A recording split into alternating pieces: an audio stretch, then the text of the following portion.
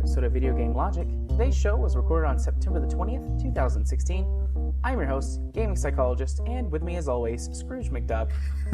Caffeine Rage. I'm not sure if you could call me Scrooge McDuck right now. Well, I kind of bankrupted myself. We're going to talk about that. But first, today's topics. We will, of course, be discussing the games that we played this week. Digital Homicide sues 100 Steam users for bad reviews. Pokemon Go's paying population has dropped a lot, but they're still rolling in it. Sony's president criticizes No Man's Sky. Sorry. Farming Simulator gets mods on PS4. Dear Esther is going to be a play. We'll have our weekly community corner and our Steam weekly deals discussion. And as always, timestamps will be on the show notes following their respective topics. And in the description and YouTube. Yes, and I almost didn't make it. I almost screwed up there at the end, but I made it. One take. Rage, how are you? Well, you're fucking lucky that I'm here tonight. Yes. Because I was very tempted to take a sick night. And yep. I know I don't sound sick, but I have you know that I'm running a hell of a temperature. It's at least 400. I'd say about 480. But that is correct. You got your brand new AMD RX 480. You got one of the aftermarket cooler versions, didn't you? Yeah, I got the Sapphire Nitro Plus. And I've just got the Sapphire... You got the reference board, if I recall correctly. Yeah. Well, I mean, it's built by Sapphire, but it's the reference board, so it's Sapphire branded, but yeah. Yeah, the specs for the Nitro Plus is actually a little bit better than the reference board. Did not know that.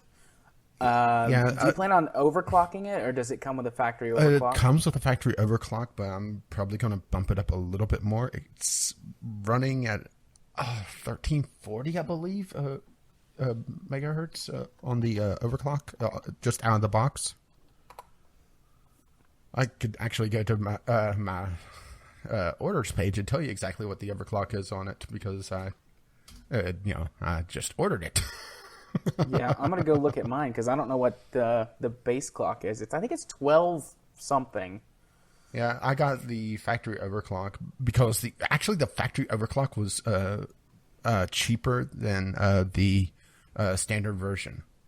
Let's see, I got the 8 gig version that's running at 1342 megahertz. I'm still looking for mine. How much did you pay for your card? I paid, wow, the price has jumped up since I bought this. I paid $265. And since I bought it Sunday, the price has jumped back up to $280. Dang. Yeah, so you paid a little bit more for yours, but not much. Mine was, well, I got to go back to my orders page. $239.99. So the MSRP. Yeah, well, here's the thing is that, it is a third-party cooler, so there's that going on with it. And it does have a little bit more performance. I was looking at the benchmarks of the different third-party versions, and compared to the reference, some of them were upwards of 10 FPS difference. Wow. It really depends on how much the thermal throttling starts kicking in, because that's been a problem with the reference board. Is on some more intense games, it starts to thermal throttle, and I had two versions of the third-party cooler in mind, either the Nitro Plus or the Red Devil, and it was the Nitro Plus that dipped in price. What was the difference in the Nitro Plus and the Red Devil? About $10 when I bought it. And here's the thing is that, well, it was also the Red Devil had shipping on top of it. At the time, the Nitro Plus was free shipping, and now it's back up to $5 shipping. So the prices are going all over the place right now. Right. But yeah, I got it 2 days after I bought it. I bought it on Sunday, and it shipped out Monday and came in today. I'm very impressed with Newegg's free shipping. I want to know what would have happened if I paid for the fast shipping. It would have arrived here the day before I ordered it? Maybe. Put together that time machine. Because I don't see how they could have gotten it to me really any faster. But Yeah. next week I'm going to be doing a lot of comparison on my old 7800 series versus the RX 480, and how this probably blows it out of the water compared to that. Because, well, I was looking at the benchmarks, comparing the two, and the 480 is in some places twice as powerful, if not 3 times. Yeah. Yeah, you're going to be even more blown away than I was, because my card, the GTX 750 Ti that I had before, was more powerful than your card. And I noticed about a doubling in performance.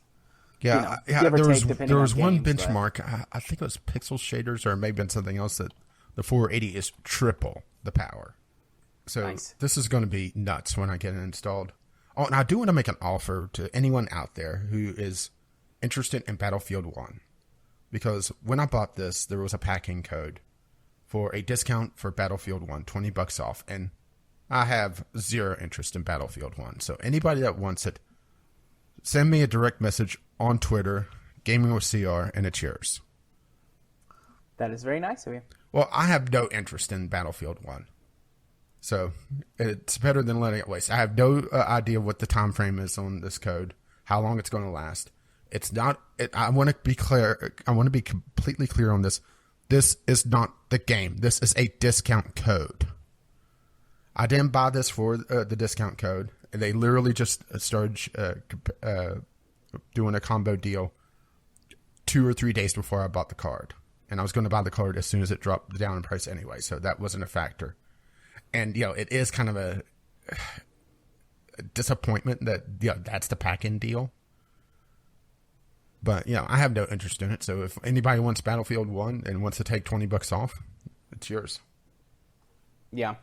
Also, I kind of let you get away from it before I said this, but the clock speed on the card that I have, which is just the reference card, is 1266, so 1266 megahertz. Yeah, and mine's running 1342. So about 100 megahertz higher. Yeah, which can really make a difference on certain games. Some games you wouldn't be able to tell, but definitely some high performance games you'd be able to tell. Yeah, which the memory clock on this is also 80,000 megahertz, according to the specs. Yeah. So this is going to be fun once I get it installed. And that's going to be my project after the podcast tonight. Right. Well, my project, which, this is all stuff I've got lying around, but I've been really busy the past few weeks. I've been intending to do this, put in my my SSD into my main machine, take it out of what's going to be my server PC and all that jazz, but I just haven't had a chance to do it. But I've got to get that, my 2 new fans, and my new fan controller installed in my machine. And when I do that, I may actually look into overclocking the 480, because it can the reference card in a lot of stuff that I saw online could get around 1350 megahertz before they start running into overheating issues. Yeah, and this is running about that. So, and from what I understand, all the third-party coolers are pretty much at the bleeding edge already on overclock. So maybe that's where I'm hurting myself, is that I'm not going to have as much overclocking room. Yeah, I might do. But like it's also running a lot cooler. Yeah. Somewhere around 20 to 30 degrees difference in some cases. It's rather nuts. Yeah, I've never pushed the heat load on my card once. I push graphics and stuff now that I've got a more powerful card, but never once have I pushed the heat load. I've never even been able to hear the fan going inside of it. Like, I don't even think I've wound it up. It's a very, very heat efficient card. Yeah, well, hopefully this will be a good one, because I've already made the blood sacrifice while I stepped outside to pick up the package. A mosquito bit me. So you literally have bled for this card. Yep. Well, don't you know you have to do a blood sacrifice whenever you're working on your computer? Usually I just wind up smashing my fingers somehow. For me, I always cut my finger on some sharp surface. Usually the IO shield. I'll be perfectly honest. That's usually where it gets me. And no matter how careful I am, it's it's like it jumps out and grabs me. Yeah, I always manage to drop something on my finger and hurt it. Either like I knock the case over, or I drop power supply. I drop something off the table, and when I go to catch it, I smash my hand on the table. Like, that always happens to me. I will say that the 480 kit, there's not a lot in this. There's really no extra that they're throwing in this time, at least right now, I should say. It's very bare bones. It's the card, a registration sheet, a small quick start guide, and the CD for the drivers, and that's it. Yeah, that's all that came in mind, too. Yeah, whenever I got my 7800 series, I got a couple power adapters for, I think it was 6 to 4 pin, because it was running two 4 pins. Or no, it was 4 to 6 pin, because it was running two 6 pin connectors. And a couple other goodies, and also the pack-in games. Granted, I got the 7800 series a lot later in its life cycle than I did the 480, so they were doing that deal already. Yeah, I didn't get anything with my 480 because, I bought it the week after they came out. Like, the first restock that Amazon did was when I bought mine. Yeah. Yeah, I wasn't able to get in the first wave, and they've been just ludicrously overpriced ever since. And even then, I probably could have waited and gotten it down to another $10 or $15, but that would have been waiting a few more weeks because you saw the prices already jump back up $15. Yeah. I wonder what they are on Amazon. Oh, they're still up there. It looks like you can get a couple of the aftermarket cards. Oh, here's one. $239.99, the MSI gaming version. Oh, but it's the 4 gigabyte model. Yeah, that's the thing, is that you have to be very careful because the cheap ones are usually the 4 gig, not the 8 gig. Yeah. Yeah, it looks like most of the... granted, you could probably get away with the 4 gig for now, but the 8 gig is more future-proofing than anything else. And let's be perfectly honest. Game developers are... once 8 gig it becomes a bit more out there, a bit more commonplace, they're going to start, not compressing their textures as much. Yeah. Gears of War on the PC version, it's like an 80 gig download. That is huge. Yeah, I don't know what they're including in it, but it is just a massive... It's either 60 or 80 gig. It is just a massive download. I think that would be 4K textures. I'm pretty sure that on PC, the new Gears of War is going to run at 4K. Well, yeah. It is going to be able to run at 4K. So that's probably all those 4K textures. Yeah, most likely. It's just a ludicrously a huge download. It's massive. Yeah. But, it's not really going to be that relevant because, it's going to be Windows Store only. So, who's going to download it outside of people that get the 1080? Because that's the pack-in thing for it. I probably would when it goes on sale. Like, next year. Or the year after it comes out. I don't remember. Well, I'll tweet this out a week or two ago. I have trouble taking the Windows Store seriously when their top games are all mobile ports. And you have to dig really far down and get really specific to even find, like Gears of War or Forza, that sort of thing. You have to go top paid, and then there's a couple in the top 10, but then you still get things like Hitman Go and that sort of thing. Yeah. It's just so ridiculous. Microsoft really needs to take a serious look at how they're doing the Windows Store. And then scrap it. Huh. You can actually... This actually looks like a decent... Sorry, I'm just looking at 480 stuff on Amazon. We really need to get off of this, but I was just scrolling down looking at the different models of the 480. Yeah. And Amazon is selling a pre-built PC for $720. It actually is pretty decent. It's got the 4 gigabyte model of the 480, but it's got an i5 in it, a 1 terabyte hard drive. Yeah, I really expect the 480 to be the benchmark for pre-built PCs for quite a while. It is a hell of a boost on power for a pretty decent price.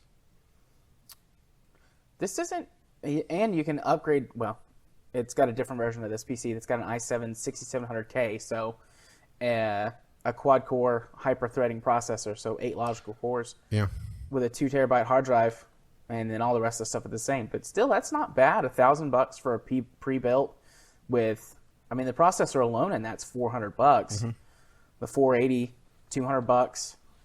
So, I mean, that's pretty decent. RAM, I think that they could go with a little bit more RAM. Well, RAM's rather expensive right now, isn't it? Yeah, super expensive. Yeah. Because this is not DDR4. This is DDR3 RAM in this machine. So, okay, let's move away from the PC building portion of the podcast. Yeah, we'll get back into this next week. Yeah, once you've actually experienced the power of a modern graphics card. Well, so that feels like a slam. Maybe a little bit. So now that we've been going, I experienced the power of a modern graphics card in 2013. Right. So now that we've been going for nearly 20 minutes, let's talk about games. Let's talk about games. Oh, okay. I guess I got one first with The Crew. Yeah, the free Ubisoft game. I decided to download it and give it a spin. Hi-yo. And I think free is a good price for this game. Okay. It's not a great racer, but it's not a terrible racer either. It's very mediocre. And I have to say that it is probably the most lonesome MMO I've ever played. Because technically, no, it's not dead. There are people there, but here's the thing: is that it's so instanced that you'll look at the world map, I should say the U.S. map, because it has the stylized version of the U.S. You can kind of tell where the states are, but then you get the Appalachia towns up in north of New York. So but.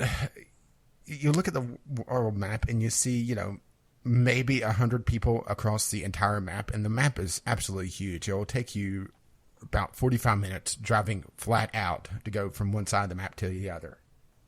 And that's, going at, 100, 150 miles per hour. So that's not too bad. Yeah, it is a pretty good sized map, but the thing is that it's also, there's a lot of empty space. They have a lot of different things scattered around. Different skill challenges and things, but there's still a lot of space in between. And that's where it feels really, really lonesome. And that, and the fact that, in a region, you'll have maybe 5 people that you could see directly on your radar. Yeah. And even then, they'll be like 10 miles away. And it's very rare to actually see someone in person. I want to know how they screwed that up. Because Test Drive Unlimited did a really good job with the whole open world online driving experience. Maybe it's just pure population problems. Maybe it is just pure population problems, even with it being a free game right now. Maybe. Because it just feels like one of those games that the servers feel dead, even though you know that they're not. Because you could still see people driving around, you could still see a fair bit of chatter going on. Yeah. But they've done some weird things. In the beta, I should say that I've played the beta of this, years ago, before the game came out. And they had a local voice chat that they removed. And I think that's part of the problem, is that there's the only way to really chat with someone outside of your crew, your little group, that's just randomly wandering around, is by text. And text in a driving game? Yeah. Don't text and drive, kids. I should play it on Xbox and just to compare. Well, be sure to grab it on PC, because I do want to play it together at some point. Sure. It's just one of those things that it feels really lonesome. Yeah. And that makes sense. Physics-wise, it's one of those things that it feels very dated. It doesn't. I should preface this with saying that I do like my racers arcadey, but it feels like even doing some severe tweaking to it to get the grip and everything right, because out of the box it just handles horribly. It feels like everything's just skating around, and you can do some work with it to try to get it a bit better, but even then, it still feels like all the controls are very loose. Now, maybe it gets better as you level up, because this is an MMO, so your cars are essentially your classes, and as you do the different challenges and everything, you do unlock better parts. And one of the stats is grip. But that being said, it shouldn't be It shouldn't be that it feels like you're driving on ice in the desert. You know? Yeah. So maybe that's just a progression thing that they really screwed up with the crew. And this is also just the base game. It's not the expansion, which has monster trucks and a lot more of extreme stuff in it. And there's another expansion coming out, in less than a month that is going to add. I think it's more police stuff, which the police is kind of a joke in this game. They're either so easy to get away from, it's hilarious, unless you're going through wheel deep water and suddenly it says, oh, well, you're in too deeper water and you get respawned and instantly get captured because of it. I had that happen once. Or they're so difficult that, it's just give up. They work off the 100-star level, very GTA-esque. Right. And you have to get outside of their sight radius to be able to escape them. And as you are out of their sight radius, it starts counting down. And the further it counts down, the less 100 stars you retain if you get back in sight. But the thing is, once you get above, I think 4 or 5 stars, you get a helicopter that follows you. And good luck shaking that fucking helicopter. It's just one of those things, it's a joke, and then it's just brutal. There's no real curve to it. It's very binary. At least that's what it feels like right now.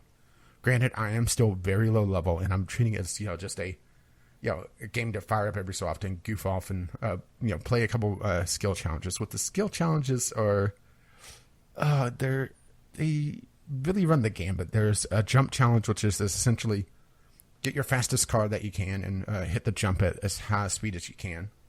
Then there's slaloms, which, you have to go fast, but also have to have good handling, which good luck in the crew, right? Yeah. Because I've already complained about the handling. And I was going to say, based on what you said, yeah, good luck. Now, granted, once again, it may just be a progression thing. So that may just be, I haven't geared up enough. Or maybe I have to specialize my car into more grip. Or maybe I need to get a better car. Because I've only gotten 2 cars so far. I've unlocked the hidden car for the Midwest. There's 5 different regions. There's the Midwest, the Eastern Seaboard, the South, the Mountain States, and the West. I think it's 5. And there's a different version of the hidden card for each of them. That's each a different spec. And each spec is a different style of racing. There's street racing, off-road racing. But then they get kind of redundant. Like there's a raid race, I believe it is. That's essentially just a souped-up version of the dirt racer. Which, why would you have 2 of those, right? Right. It's one of the things that maybe it will make more sense once I level up, but on the outset, it doesn't. Oh, and of course, they also have microtransactions.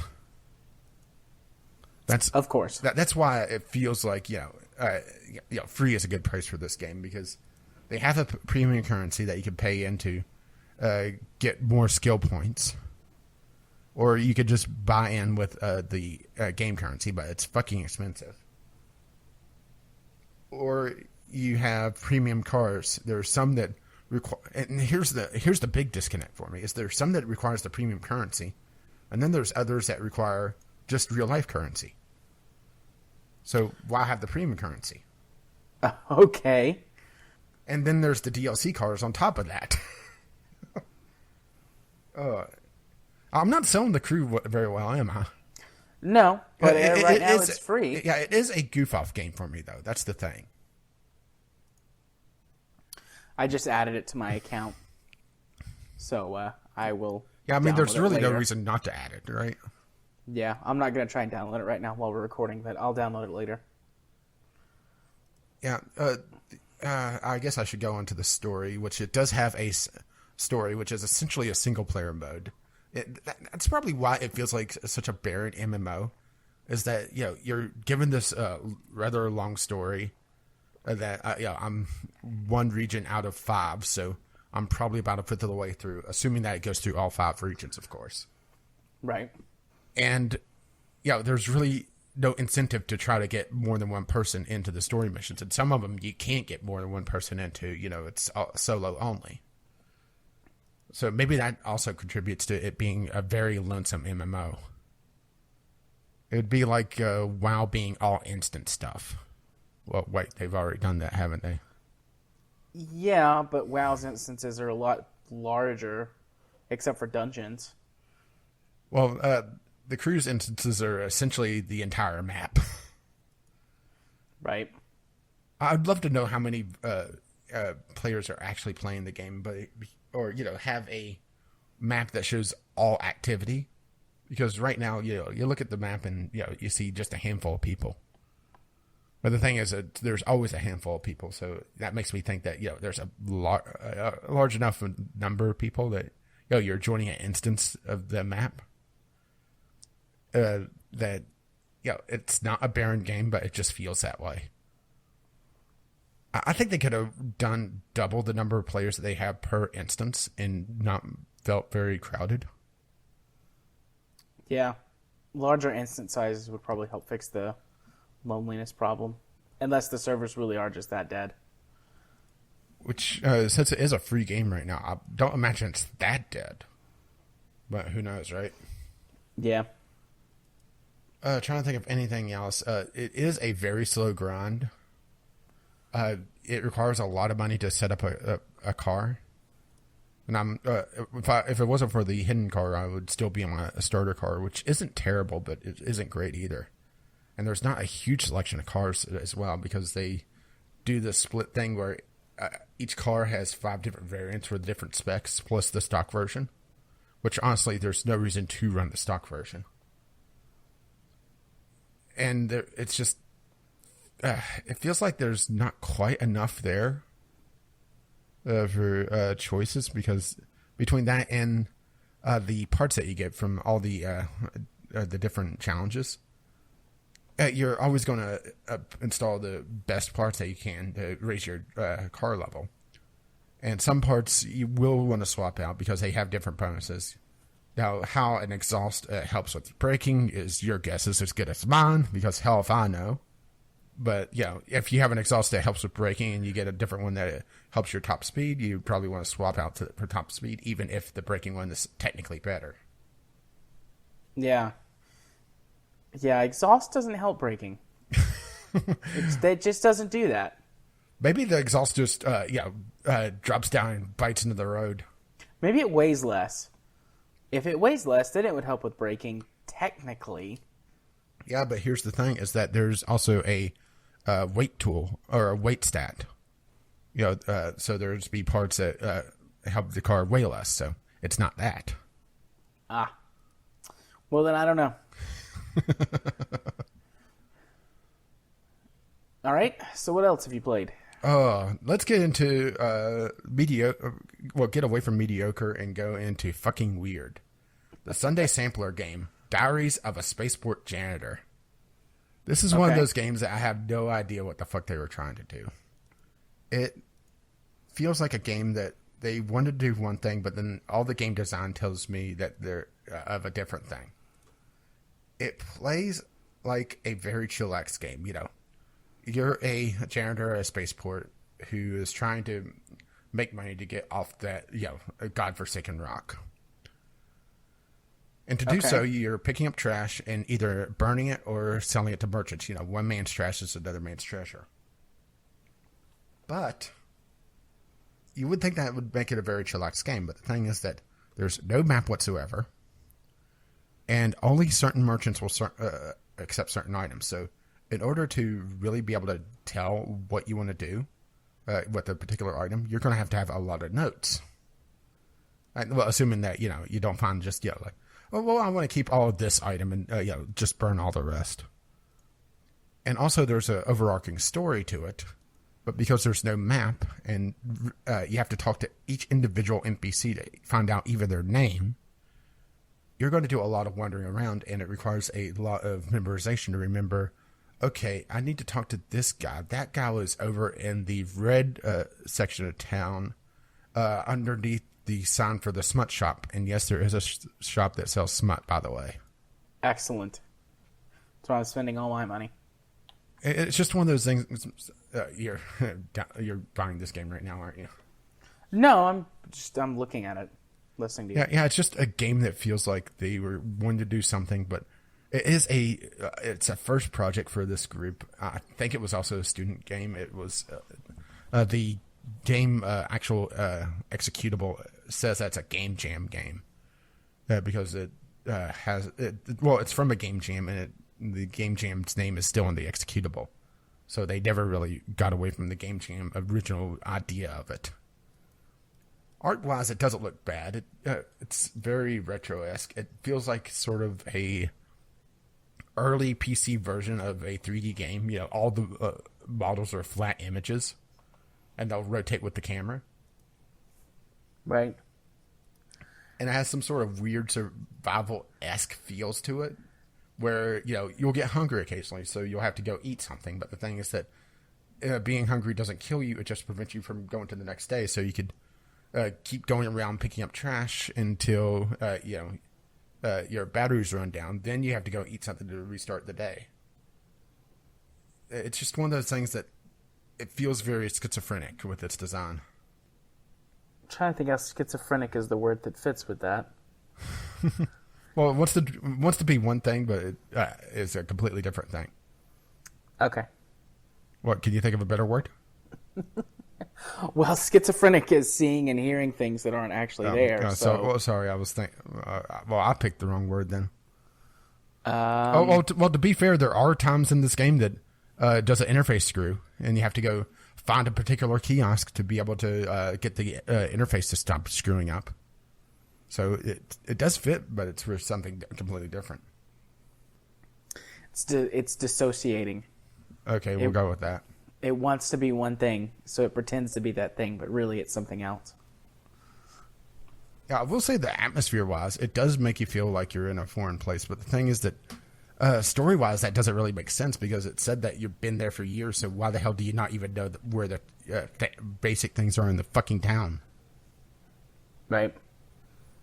If they just had a very basic map, I'm not asking every detail for every merchant or everything, but be able to at least say, okay, to get to this district, I go over here instead of following the arrows that are on the ground. But the thing is that the arrows aren't always on the ground; they're just in certain areas of the ground, in certain areas of the town. So you have to know where those signposts are, essentially.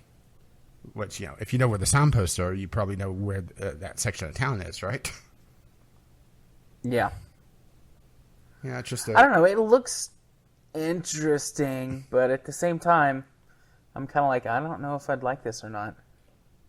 It's probably a try and possibly refund it game. Yeah, I might do that. Is this a game that's pretty easy to tell? It's pretty easy to tell within 2 hours of playing it. Okay.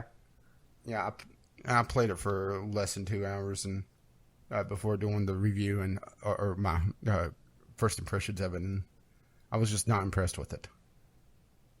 Right. But maybe if someone has more of a tolerance for it, or is going into it expecting a lot of time wasting, then it'd be more for them. Or someone that just is going to get high and wander around burning trash. Well, there you go. Right. Okay. Well, what's next on your list? Well, I played some spin tires with Kyle just last night. And right, I was there for that. Well, last night and a couple nights ago. Okay. Kyle cannot drive. I was not witnessing this. I don't have spin tires, but I was listening on TeamSpeak. Well, have you seen the screenshots? Yeah, I saw the screenshots. No, he can't drive. How many times did he flip his truck over? 3 times within half an hour.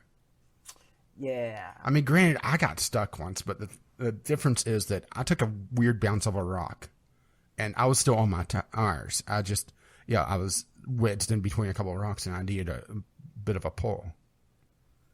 And I was also carrying a ton of fuel. Well, 1,800 liters, but that's beside the point.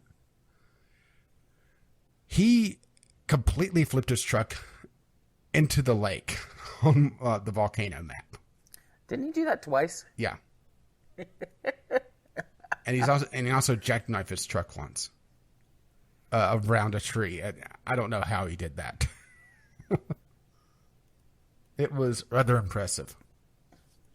But Spin Tires is one of those games that you look at it on the surface and think, what the hell? Why would anybody want to play this? And I will say that it is grossly overpriced for what it is. I think it would be a lot better as a $20 game instead of a $30. But it is essentially an off-road version of Euro Truck Simulator with a little bit more realism and, well, getting stuck and getting frustrated. Yeah.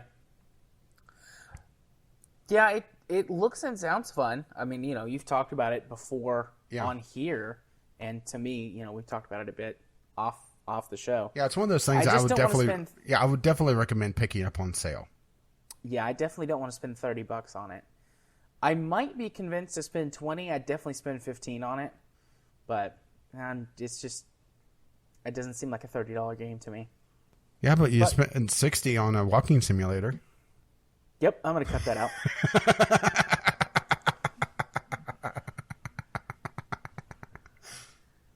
Oh, sorry, I couldn't help myself. I have a grin on my face. Don't worry. I just felt as if that was the best way to respond. I don't have. Yeah, that was kind of the end of my. That was the end there. So. Well, I shut that down, didn't I? Well, I mean, I was naturally done with my talking, anyways. But yeah, so. Spin Tire. Kyle has an audio letter about this later, so I'm not going to go too deep into Spin Tires. I don't want to get stuck in the mud again. But okay. Well, if that's the case, then on to your last game. Yeah, my last game is actually a game I've been playing on my YouTube channel, and I've finished up a recording of it, and it's going to be wrapping up on there in a couple weeks. Victor Vron. Nice. This is a game that started off so strong, and about the third act just started to piss me off. And I think after recording and sitting down and really thinking about it, because that's kind of the thing is, after the fact, really having the time to process everything. Because you don't really have the time to do that while you're just chattering away and trying to play a game.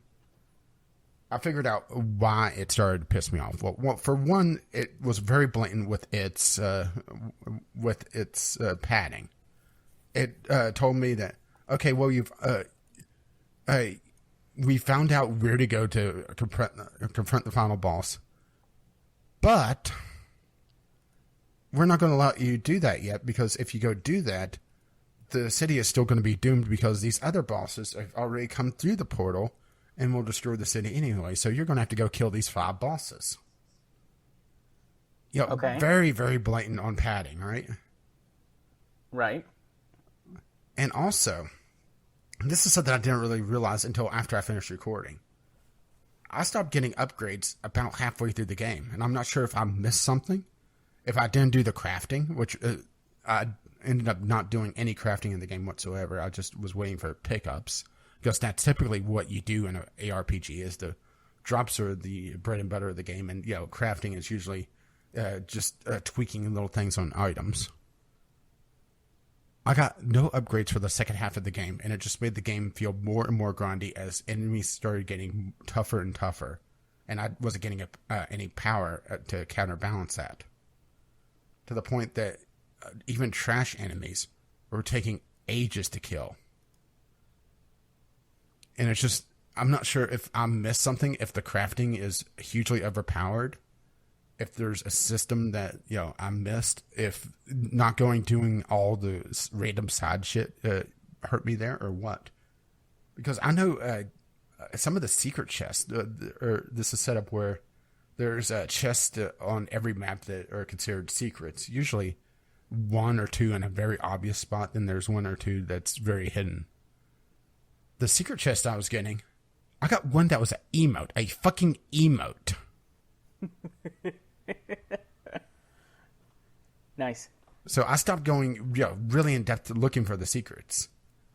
And I started just skipping some of the trash mobs, just running past them to the checkpoints, because I was spending ages and ages getting through them, and I probably cut out a good 3 episodes worth of content just by running through things and popping health potions and defensive auras. It's just one of those games that maybe that hurt me in the end. You know, I wasn't leveling up as much because I was skipping content. But the thing is that this is a game where you don't have armor. You have an outfit that's your complete armor set, and that grossly changes how you play. The one time that I got the outfit, I got one outfit during my entire play session, by the way. Changed how I got overdrive, which was... it changes how my demon powers work, to charging when I'm doing damage to doing a constant charge rate, and getting no bonus from doing damage. So that's the only change in armor that I got, and weapons I didn't get any in the second half. So I don't know where I was supposed to go for that. It's frustrating. Overall, though, until I hit that point, I was enjoying the game. So I'm not sure if it's my fault or not. I actually had to go to casual mode to finish the final boss because I just was lacking the power, and I didn't want to go grind out or try to hunt down, where the hell am I supposed to get a weapon to kill this guy? Right. And also, the final fight was a bit of a letdown. He's talking this entire time, I'm just toying with you, right? I could kill you in an instant. And he does the same fight twice, essentially. You have a fight where you're fighting against this giant vampire, and every so often he'll put down vampiric totems, which will drain your health and heal him. And he'll do a cone attack of essentially magic missiles. That's very hard to dodge, by the way. Now, I did a fight like this in the very early game. Practically the same fight. It had the vampiric totems, and I think instead of a cone attack, it was a homing attack of the magic missiles. Well, he also has the homing attack, and that's it for that boss fight. That's the final boss. You kill him, then it says, ha ha ha, you didn't kill me. You have to go kill these magical traps that's keeping me alive. Oops, I shouldn't have told you that. So you go kill those, then you kill the main boss again, and it's practically the same fight, only this time, in between the cone attack and the homing missiles, he does just an AoE splash damage, and that's it. It's very, it's a very big letdown. Essentially doing the same boss fight twice, and it's basically a fight that I did in the very early series to begin with. That kind of sucks. Yeah. Maybe there's like some intended function to it or like narrative point. I have no idea. But it feels like whenever games do that, it always feels cheap. It's like, oh, you couldn't. Yeah, it felt very cheap, and I had to go to casual mode for it just because I didn't have the gear for it. So maybe I'm cheapening it myself as well by just going to casual mode, which lowers the health, which it didn't lower it that much. Because it still took me a good 10 or 15 minutes to do the fight each time. And it lowers the damage, which, the damage was still pretty damn high. So yeah, it was probably levels, but also I had no upgraded weapons for ages. And I have no idea where to get them. So casual mode or, just say fuck it. Right. Okay. What? Fuck it. Yeah, no, I did beat the game. It was a very big letdown because the entire time he's saying, well, I'm just toying with you. I'm just toying with you. And I was expecting, some big attack, like, kill me now or I'm going to kill you. Never came. It was the same pattern the entire fight twice with, that one addition between the two versions of the final fight. Right. It just felt like, it felt like they were intending to do something else, but they may have ran out of time. So they just copied the first boss fight. Right, out of time or out of money, or both. Yeah, which they are doing an expansion, which I'm not going to play. Already installed the game. Fuck it. Nice. Okay. Well, Yeah, so a bit of a letdown, which also means that I'm going to the choosing again, and I'm going to figure out what I'm going to play for. I think Victor Vron ends the first week of October, so that means the second week is a new game there. Nice. And trust me, after the last, I'd say half dozen episodes of Victor Vron, I'm ready for a new game. Just because of the power curve just sucking. Well, I hope your choosing goes well. I look forward to hearing what game it is you're going to play next time. Start a new series on. Okay. Well, that means it is my turn because Victor Vron is your last game. So, last week we announced that MechWarrior Online was going to be the Game Club game. Yeah, and which, by the way, the poll is still open for the next Game Club game. Right? It's still very close. It's at time of recording, it's 3-2-1. 3 for Ruse, 2 for Path of Exile, and 1 for Dwarf Fortress. Anyways, though, so that put me on a Battletech Universe kick. So I went and I bought several ebooks from the MechWarrior series. There's a ton of them. I think there's like 6 or 7 different series that come at different points in the timeline, and there's some one-off books and stuff like that. And then you can get all of the old PC MechWarrior and Mech Commander games as Abandonware. And I started with the 2 that I'm most familiar with, which is MechWarrior 4 Mercenaries and Mech Commander 2. So I'll start with Mercenaries. This game came out in 2002. And it was an expansion, a standalone expansion to MechWarrior 4. It just added more mechs and more missions. And then the MechTech guys, I still haven't looked up whether or not they were a company or just like a group of modders. But anyways, they took the game because at some point, Microsoft released the source code for the game when it went Abandonware. They released it for a little while, and anybody could get it and play the game that way. The MechTech guys got it, added in a whole bunch of custom content. It's got like 3 or 4 times the amount of pilotable vehicles than the original game had.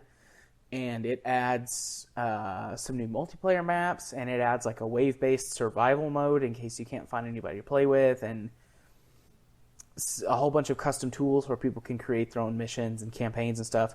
So it adds a whole bunch to the game.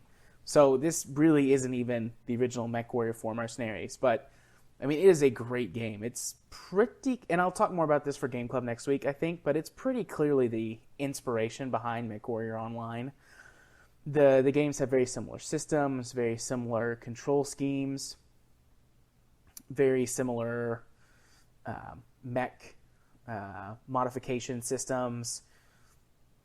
So MechWarrior 4 Mercenaries is an excellent game, and it holds up really well gameplay-wise. They did a good job with the voice acting. The campaign is really good, especially if you know about the mech or the Battletech universe, the kind of extended universe. The game is not officially canon, but it does take place during one of the time periods in the timeline that's kind of like people don't know what happened because of things that happened in universe. So it's not technically considered canon, but it could have happened. Like, it's one of those things where it's not it could happen. Yeah, it's not one of those things like the Mech Assault games, which are just like crazy ridiculous. Like, there's no way this would have existed in the universe. But it's a really solid game where the mechanics hold up. Like I said, the voice acting was good, the storyline was good. It's actually got pretty decent branching storylines where not all, but some of your mission choices matter, especially as you get closer to the end of the game, where you basically have to choose between 2 of the major houses in the game, like the controlling factions, in case you're not familiar with the Battletech universe. You have to choose between 2 of those, and then there's another choice you can make that basically is like, well, I'm a mercenary, so screw these guys, I'm going to do my own thing. And you basically take over a moon for yourself, which is pretty cool. You have your own moon base? Yeah. You can either choose to follow major story spoilers. You can either choose to follow. That's all right. I won't remember any of these. You can choose to follow House Davian, who wins the war regardless of which side you pick. You just basically, if you work for House Steiner, you can delay the end and save like the royal family and stuff like that. Or if you choose to work for House Steiner, but then are like, actually, you know what? These guys are gonna lose the war. You can go take over their moon base around their home planet. And it's like, well, you guys are gonna lose. Davian's gonna kick your ass. I'm gonna go take your moon. See ya. And you go take their moon base, and then you get a special ending. And it's like, we've got our own base, Commander. We should form our own mercenary command instead of working for whichever mercenary faction you chose. So. It's pretty challenging too. Even playing the game on normal mode, especially in the early game when you don't have any heavy or assault mechs, you have to really manage your squad because in almost every mission you get at least one squad of people with you, and then especially in the later game. But in some of the early missions, you can have two squads, so you really have to command those guys around and really do battlefield tactics. Kind of towards the end of the game, you can just shove everybody in an assault mech and just destroy everything. But it's still pretty challenging, and even late in the game, it can throw you some curveballs. Like there's one mission that I actually beat last night by cheating. I turned on invincibility after trying 12 times to beat it. But it's a stealth mission. Oh, so you just needed Lucky 13. Yeah, with invincibility turned on. But it's a stealth mission where that you have to sneak through an extremely heavily guarded compound and do a whole bunch of scans on stuff. Yeah, stomp, stomp, stomp, stomp. What the hell is that? Yeah, never mind. Maybe it's just the wind. Stomp, stomp. Yeah, even a light mech is still like 30 tons. Yeah, they must be deaf. What? But, what? What? Oh, I get it. I thought you were playing along there. No, I was not. I didn't register that for a second. But no, you have to like scan the base and blow up a target and then escape without getting killed. So I tried to do it the stealthy way about 6 times, and then I gave up and tried to just murder everything. But you're so outnumbered, even in the most powerful mech I had access to, I couldn't do it. So I turned on invincibility mode and just ran the mission and left. But you can turn the difficulty up. You can also do some custom stuff. Obviously, you can place limitations on yourself. You can play like a crazy person, or you can play kind of intelligently. When I say crazy person, it's like, I'm going to fit the biggest cannons that will fit on this thing, period, and just kill everything instantly. But then I ran out of ammo, and I have to run stuff over. Or you can play it intelligently and take like a mix of weapons and use squad tactics and all this other stuff. So it's a fun game. It holds up really well. The graphics kind of suck, to be honest, but, it's from 2002. So I cut it a lot of slack. Dark Ages. Probably my favorite part in the game, though, is not related to story at all. There's like this arena that you can go to, and they've got like an ESPN sports commentator who comments over the fights that you do. They're just gladiatorial mech fights. And actually, it's really done well. Like each of the pilots have got backstories, and the announcer guy will talk about them, and he makes like witty kind of banter about what's going on in the match. Like, oh, it helps if you face your opponent whenever you try to shoot them. Facing the opposite direction usually doesn't do much. So that's pretty cool. I like that a lot. And I play it with my joystick. It's got support for modern joysticks. You're going to go blonde. Hi-oh. I don't know if that's something that the Mech Tech guys added, or if it just has a really intelligent joystick recognition, input, whatever. That hasn't changed in ages. I'm not sure actually what it is. I will say that if I'm going to have the links to the Abandonware pages where you can get these games if you're interested. If you go to the Abandonware page to download this, it's got the link to the original game and then the Mech Tech game. You can get the original and check it out, but actually to play, I would wholeheartedly say go for the Mech Tech version. Like I said, it's got all that extra work in it, all the extra mechs, and they made sure that, they made it so that it will run at modern widescreen resolutions and stuff like that pretty well. It's got modern support for graphics cards and hyper-threaded processors. Wow, they actually added support for graphics cards. Yes. Before that, you just had to print it all out page by page, and you look and see, oh, well, I missed. With your dot matrix printer. Yeah. So loud. So yeah, you should go check it out. It's free. Why wouldn't you? The next one, or the only other game I played this week, was Mech Commander 2, which is a real-time strategy game set in the Battletech universe. It's from 2001. Yeah, I didn't realize we were supposed to be theming our games. Yeah, didn't you get the memo? Well, let's see. I have 2 driving games, and I have 2 that are kind of disappointing. And I guess I technically could theme these. They sucked. Games that made you sad this week? Well, I enjoyed Spin Tires, and the crew is a good time waster. Yeah, but Kyle made you sad in Spin Tires because he can't drive. Yeah, but then I started laughing my ass off at him. But, he did waste my time. Fair play. Anyways, Mech Commander 2 is a real-time strategy game from 2001. It was the sequel to Mech Commander, which came out in 1999. Mech Commander 2 has not received the same TLC from the community after it went Abandonware, which Microsoft also released the source code for this game.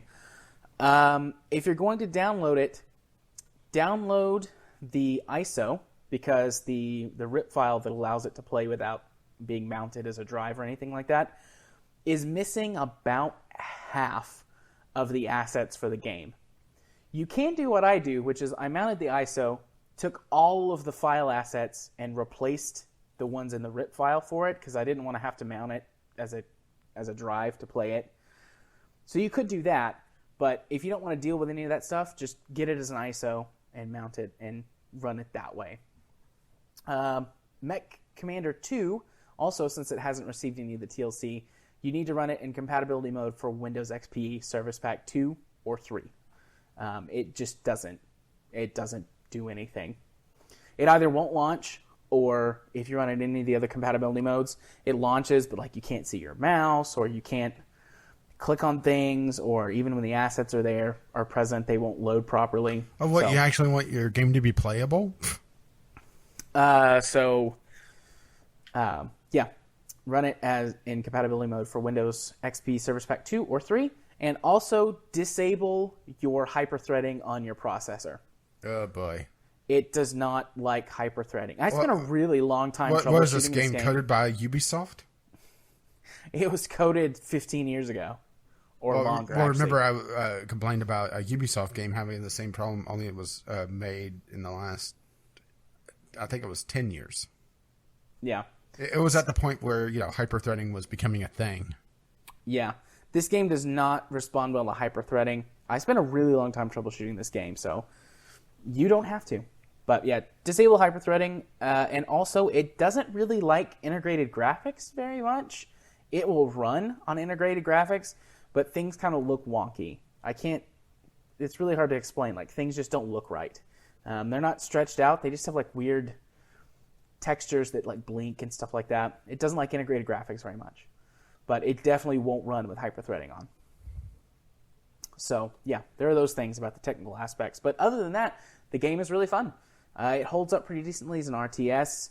The controls are definitely dated, or not the controls, but the interface is definitely dated. It just doesn't give you the same amount of information that you're used to in modern RTSs. But it does have the whole mech thing where that you can build or customize your mechs and assign different pilots to them with different skill sets and things like that. So you can do a lot to customize your team. Definitely, if you're going to play this game, build every single mech to do one single thing. The way that the AI works for targeting is that it looks at all of your weapons and is like, okay, I have the most of this type of weapon, which is most effective at this range. I'm going to try and stay at that range. And then all of your other weapons either don't work at all because you're either too far away or too close for them to work. Because, for example, LRMs, long-range missiles, can't be used in close range. Or not with attitude, at least. Small lasers can't be used at medium and long range. So build every single mech to do one thing, which can be really frustrating because if you have a really heavy mech, most of the time they're going to be limited to long-range support because they're too slow to get into a fight. But I'd rather them be useful at something as practically useless. So, but the game has got a really good story. Again, really good voice acting. It uses full motion video for everything, and they did a good job. It's got really high production values for the time. And it That is one thing that I kind of miss is, the campiness of full motion video. Yeah. And it doesn't have that weird kind of, haha, we're really self-aware thing that a lot of games that used full motion video kind of towards the end of the trend did. Like, I mean, granted, there are a couple games that still do it. There's a detective game that was kickstarted in the last few years that was all full motion video. Yeah. I can't think of the name of it, but I don't know what you're talking about. But no, this game, it does really well. It's got really good full motion video. It's got a really good story. So, I mean, it's a pretty good strategy game. It will last you the main story. Tex Murphy. Yeah, Tex Murphy. I knew it was Tex something, but I kept thinking Tex Avery, and no, that's the cartoon guy. Yeah. As long as you're not really bad at RTS, you can get through the main story in probably 10 hours. Okay, so 20 hours for me. Got it. Yeah, it's probably got 10 hours worth of story content, and that's pretty good. It's got a lot of replayability, too. Obviously, you can use different mech configurations, try out different things. There are some... It's not got branching paths, but it's got some secondary objectives that if you fail, you won't get certain things. Like, there's a character that you only get if you manage to complete a secondary objective, and he's really, really good pilot. But if you miss the objective, you miss him, you know? And there's some things like that. Like, there's missable weapons technology, so you can miss some upgrades for your mechs that can make the game more difficult. So it's a lot of fun, and it's definitely some in-depth strategy to it. Most of the missions allow you to tackle problems however you want. Like, they'll give you an objective, and you can tackle it however you want. So it's like, go take over this base. It's like, well, you can do a full frontal assault. You can take some mechs with jump jets and do good from orbit. Get around from. You can do that. You've got a full range of support options. You can call in airstrikes from space and call in like support vehicles. You can get artillery, helicopters. You can get repair trucks so that you can fix your mechs on the fly. Can I get some hyper-threading in here? None of that. No hyper-threading. It's not allowed. Yeah, damn. You can capture mechs on the battlefield and then use them in the same mission. So it's got some cool stuff to it. It's a good game. I would love another one. Although it does have some dedicated mod support in terms of like, even now, today, added mission packs and campaigns and things like that. There's a really popular mod called, I believe, Omni? The Omni mod, which adds an entire new campaign and like 50 new mechs. It's like a gig download for this game. It's huge. And It was last updated in May or June of this year. That's pretty recent. Yeah. So it's definitely I have early access games that I haven't updated that recently. Yeah, it's got a full range of support from the community. So it's definitely one to try out. And I mean, heck, it's free. Like I said, get the ISO unless you want to, take all of the files from that, put it in the RIP version so that you can put it on a flash drive or something, which is what I did. I got both of these games on a flash drive. That way I can just plug it into my laptop when I'm at the clinic or whatever. Don't have to have it downloaded to both machines. Although now that I think about it, I probably could just play it straight out on my Dropbox file, and that would work like Cloud Sync. I should do that instead. I should do that. So yeah, those are the two games that I played this week. A lot. A whole lot. Well, to be fair, I played The Crew quite a bit. I probably played 30-ish hours of games in the past week. All MechWarrior 4 I really can't and Mech Commander 2. Tell you how many hours because I haven't been idling my games. So you look at my Steam account, it's like, wow, you played 200 hours of games in the last 2 weeks. How did you do that? Magic. No lifing it. Actually, no lifing it. Well, actually, I'm not far off. According to Steam right now, 105 hours in the past 2 weeks. Nice. But that's also a lot of just letting Idlemaster do its thing while I'm doing something else. Yeah, like recording a podcast. Right. Well, speaking of no-lifers, let's go talk about Digital Homicide and how they sued, or are attempting to sue, 100 Steam users. Oh, Digital Homicide.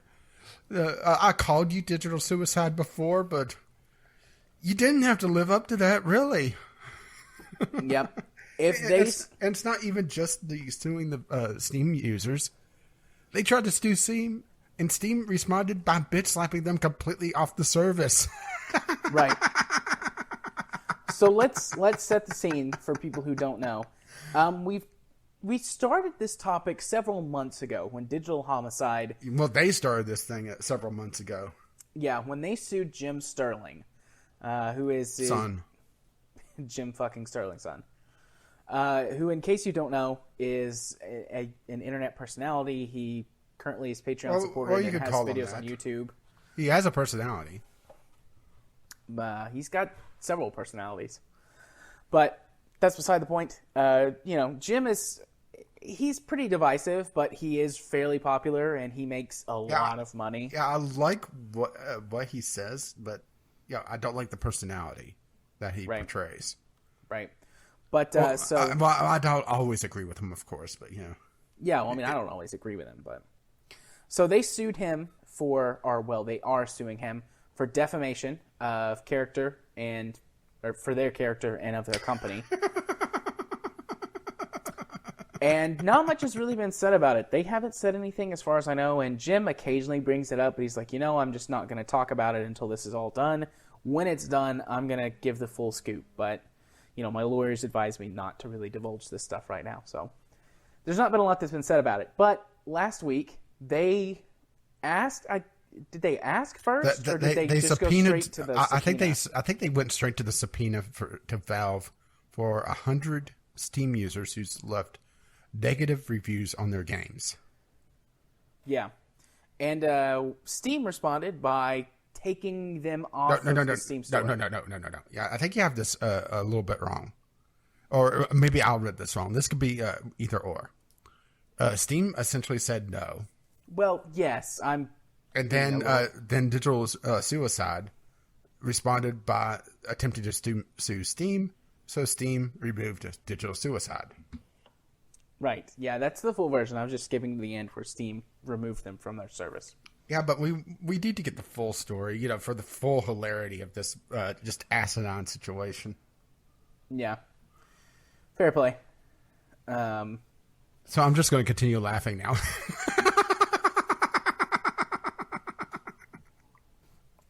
I don't really understand why they did this. Like, dumbasses. Yeah, I guess that's the thing. They're convinced that the world is wrong, that either they are geniuses in game making, or they're just trolls, and I can't decide which.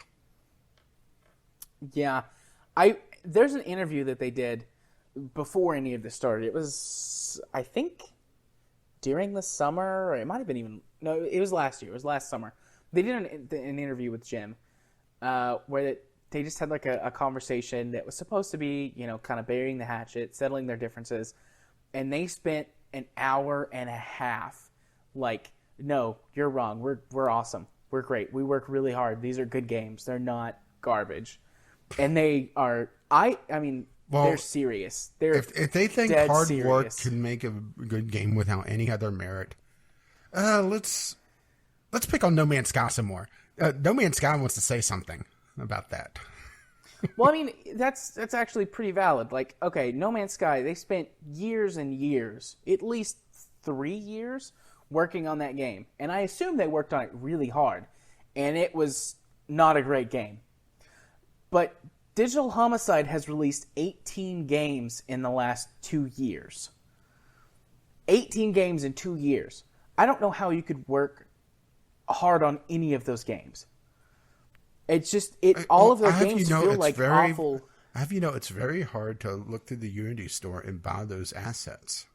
Yeah, all of those games look and feel like shovelware crap, and all of them, I think all of them, probably all of them, use Unity assets that they didn't do anything to. Like, they bought the assets and then just flipped those assets and tried to turn them into a game. And they combine multiple assets that have different art styles and don't work well together. And in some cases, they've stolen images like straight from Google image search and things like that. Like, the most noticeable one is from what's the zombie game that they did? Correction, what's the zombie game that they did that they got It's the slaughtering grounds. That's it. The slaughtering grounds. The blood splatter from the slaughtering grounds. They took that directly from Google image search. It was on like the first page or two of Google image search, at least at the time. And I mean, like, that was proved, and they got the game. There was a copyright strike filed against it, and it was taken down for a little while, and then they brought it back with a different image for the blood splatter. They just recycle stuff, and yet they believe. I feel like they believe it wholeheartedly. Digital regurgitation. There you go. They could be, trolling like the best trolls of all time, but I feel like they really think that they do good work and that everyone else is wrong. I really feel like they're genuine in that. And they felt so sure of themselves that they tried to take on Steam. If they were... Which David came down on them like the fist of an angry god that he is. Yeah, if they were a multi-million or billion-dollar company, all right, sure, let's give it a go. You feel like you're right, put your money where your mouth is.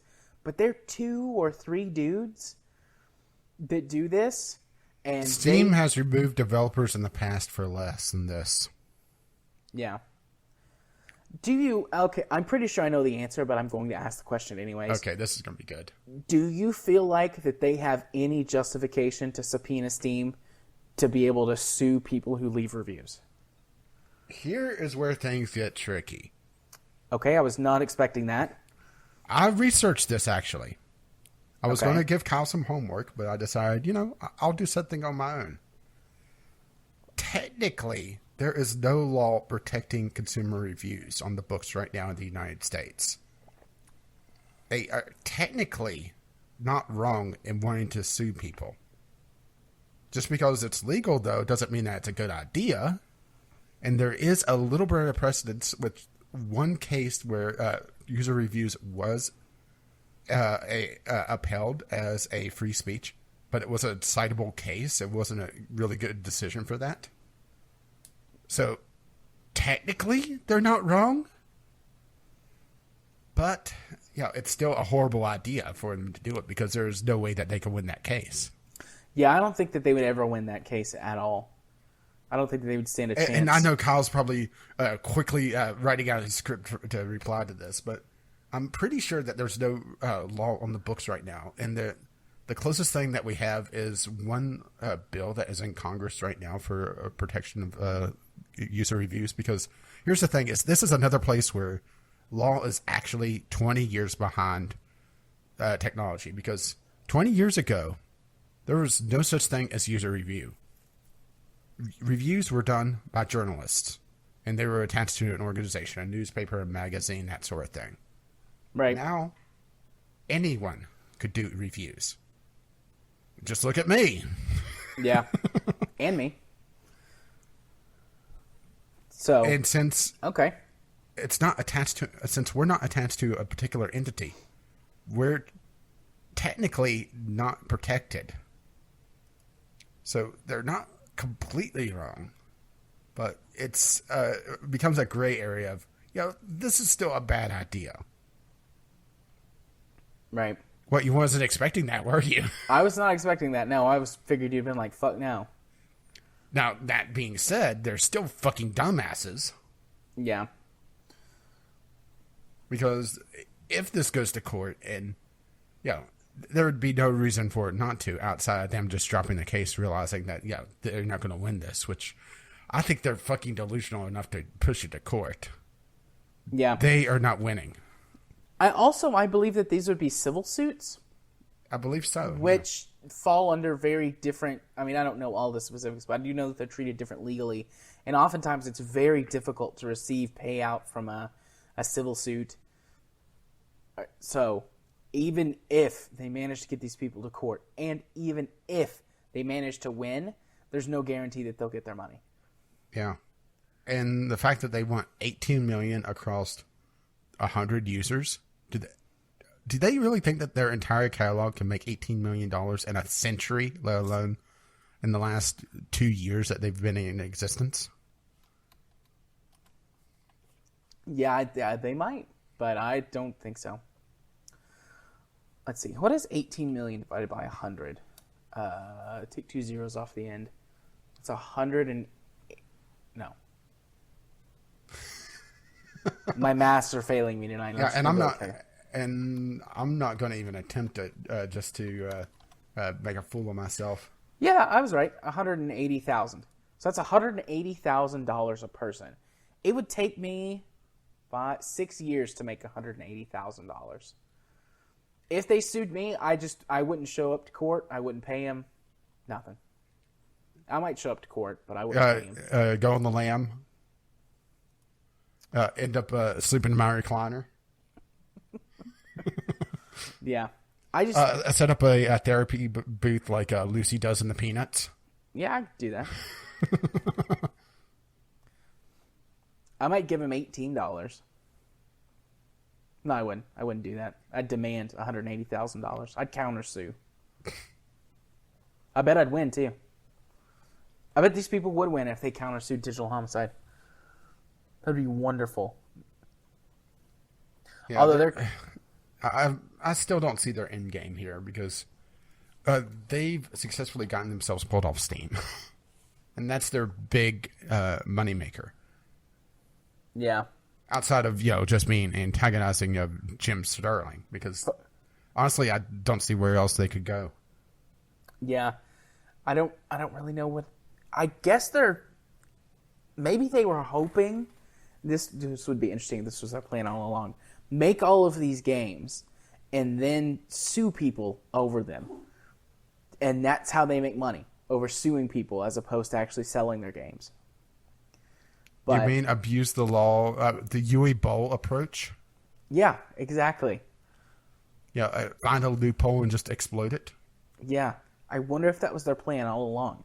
Which, if it was, props to them for... A stupid fucking plan? For thinking outside the box, but it's still a stupid idea. Because basically they just have to get lucky. Yeah. And I don't think that's what has happened to them. I think that they just got wrecked by Valve. Yeah, I kind of hope Valve just sues them. Because here's the thing is that Valve has lawyers just sitting around. They have to. Yeah, Valve has fuck you money. So we know that they've got a crack legal team. Valve could just take the key money from CSGO for an hour and just kill Digital Homicide. Yeah. Valve could just bury them in money and they would die. It would be beautiful. Literally burying them in money? No, just Valve taking the key money. It's like, okay, this is what we make in 15 minutes. Yeah. And sending the lawyers after them. Valve probably makes more in 15 minutes than Digital Homicide will make ever. Well, especially now. Yeah, definitely now. Okay, well, I assumed this would take a lot longer to talk about than it actually has, but we went longer on games than I expected, so it all evens out in the end. Are you ready to go? Yeah, I think so. It's just kind of funny that Digital Homicide is still seeking legal representation as well, soliciting it on their official website, which I have an archive link in the show notes. Yeah, what lawyer would touch this case? I want to know. Kyle, that's your homework. What lawyer would ever touch this case? Because I don't think that even a lawyer would get their fees out of Digital Homicide at this point. Well, they had to represent themselves in the case against Jim Sterling because they couldn't get a lawyer to take their case. Yeah, what was the saying? A person that represents themselves has a fool for a client? I thought it was a fool for a lawyer. Maybe it's both. I don't know. This just... I saw the news about Valve pulling their Digital Homicide's games, and I laughed so hard that I hurt my side. Yeah, I laughed pretty hard at this too, the first time I saw it. And then I was like, yes. Why doesn't Steam remove more? Never mind, money. Never mind. It's not in Steam's interest to actively remove games. Even games that are, broken. Or other developers that are shitty. Yeah, the only other developer that I can think of right offhand that got removed was and now I'm blanking on the name, and it's in my library. So, it was Paranormal Activity. That developer, the developer for that game, which is it's now Digital Distribution, but it was a different developer at the time. He got removed from Steam for a while because he actually made a death threat to Gabe Newell. Oh, I remember that now that you say that. I remember that. That's the only other one I can remember, and that was just stupid. As a matter of fact, that may have been dumber. Do you remember the reason why he made that death threat? No, I don't. That's been a couple of years ago, hasn't it? Yeah, it's the reason why he made the death threat was that when his game went out of early access into full release, the image didn't update. So on the store page, it still showed early access on the icon. Yeah, that's it. Okay. And he got on Twitter, went on a Phil Fish-like rampage, threatened Gabe Newell, and then Gabe woke up, smited him, and then went back to sleep and dreamt about Half-Life 3. Dreamt about his piles of money. His Scrooge McDuck money. This is just such a glorious topic, and I'm sure the ride doesn't end yet. Oh, no, I'm sure there's going to be more to talk about with this in the next few weeks. Yeah, speaking of more things to talk about, shall we move on then? Yes, let us move on. Our next topic is Pokemon Go's paying population has dropped by, and this is the full topic, not the shortened one I used at the beginning, has dropped 79%, but is still the most profitable mobile game. Yeah, this just shows you the pay distribution for mobile games, doesn't it? Yeah. I got to pull this article back up so I can see the graph, but... Yeah, it is ridiculous. I knew whales were the driving force in mobile gaming, and probably part of the reason why I don't really get into mobile gaming. I play a little bit, but not much, and not even enough to really talk about. But the fact that the whales are keeping this one game, which I hesitate to call Pokemon Go even a game. If you want to talk about walking simulator... Yeah. This is not. This is walking. Well, it's not even a walking simulator. This is walking the game. I just don't. I don't see why people are putting money into this game. Maybe it's just I'm old and I'm crippled, and I haven't played Pokemon in 15 years. Yeah, just let's put this into a little bit more perspective. Pokemon Go at its height had somewhere in the neighborhood of 70 million active users. I don't remember exactly, but it was like high 60s, low 70s. So for easy math, I'm going to say 70 million.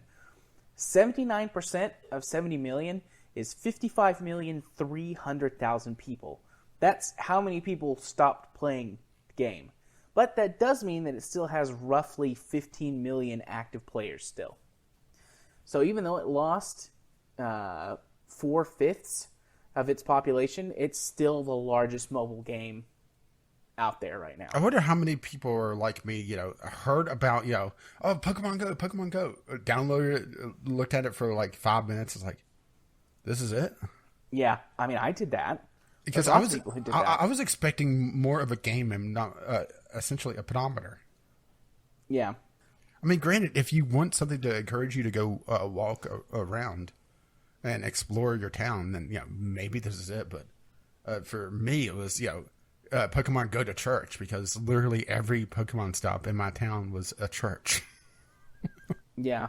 I remember seeing somewhere, I think it was an Extra Credits episode where they were talking about whales and mobile gaming. Mm-hmm. I think they said that if you have a 2% population that's of players that's supporting the game, that's the average that these mobile games shoot for. So what's 2% of 15 million? Fuck you, money. Let's see, 15 million people. My calculator's not working properly. 300,000. If I did this right. Or I may have done... Yeah, 300,000. You did it right. Okay, well, it was one of those numbers that's like, really? That's 300,000?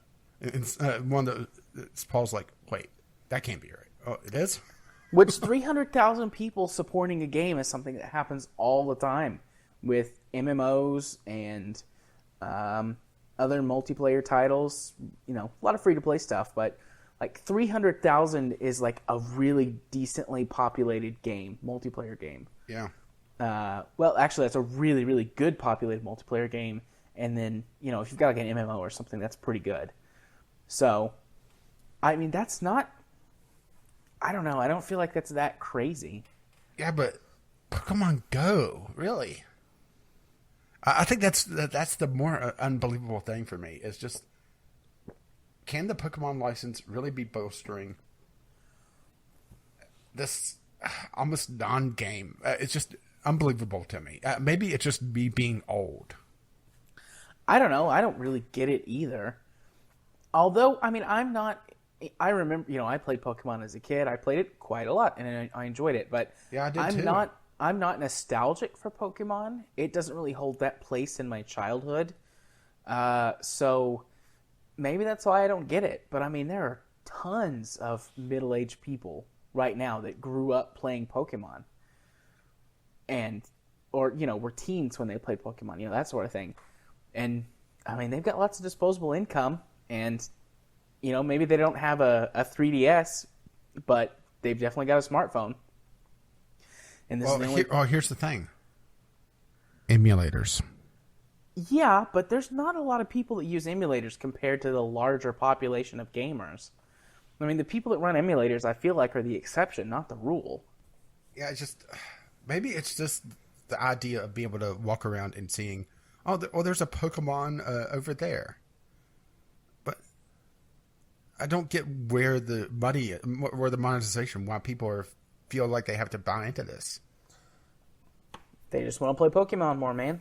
Or maybe they're like us. They love Pokemon, but they live out in a rural area that has no Pokestops or anything.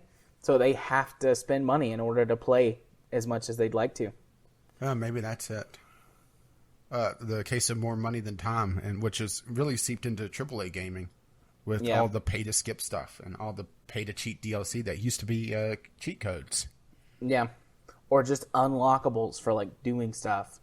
Oh, you want big head mode? There you go. You beat the game or you beat this level. It's yours now. Well, it's not even that anymore. It's, you know, give us $1 and you get big head mode. Yeah, which I never was a fan of big head mode, to be honest. I always thought it made my people look stupid. Well, that was the point of big head mode. Yeah, fair enough. Probably my favorite...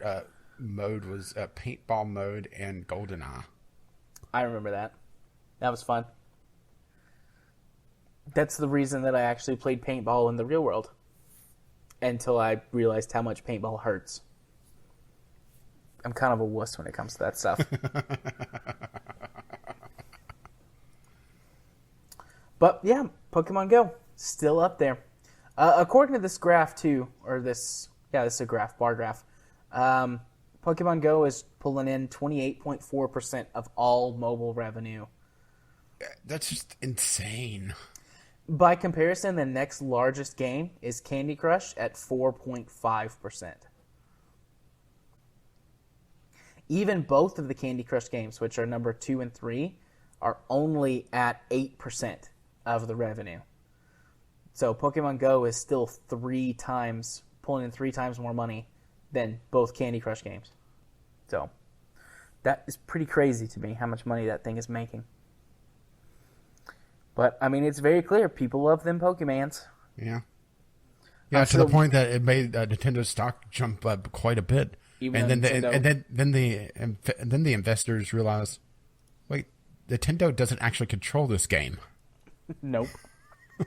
They licensed down Pokemon, of course, but you know they're getting pittance compared to what whoever makes Pokemon Go is getting. Yeah, I find it fascinating. Not something that I'm super into, but yeah, hey. yeah, I do. I find this idea fascinating. It's just I still don't get it. That's the thing.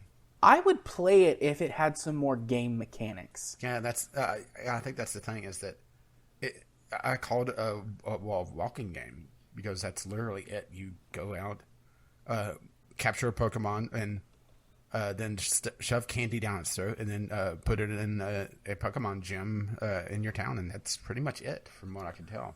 Yeah, they just added in the most recent update a new feature where you can have like a Pokemon buddy, and your buddy, like, depending on what type of Pokemon it is, either like walks beside your avatar on the screen or like sits on your shoulder or whatever, and that Pokemon can level up without. I mean, it generates candy to feed it so that you can level it up without having to catch a whole bunch of them.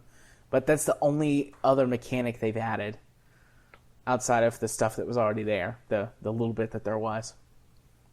And I'm like, well, that's well, to bring out our whipping boy again. This game has less gameplay than No Man's Sky, which is hard to do. Although there's a lot of walking in No Man's Sky. Although the walking in No Man's Sky doesn't burn calories. So I guess if you want to burn calories, Pokemon Go is definitely the game for you. Ready to go talk about Sony for a little while? Sure. All right. Sony's president criticizes No Man's Sky, saying that it wasn't a great PR strategy. Yeah, in the no fucking shit department. I find this fascinating. So Sony throws Hello Games under the bus, but Sony was the people who were in charge of the marketing for this game.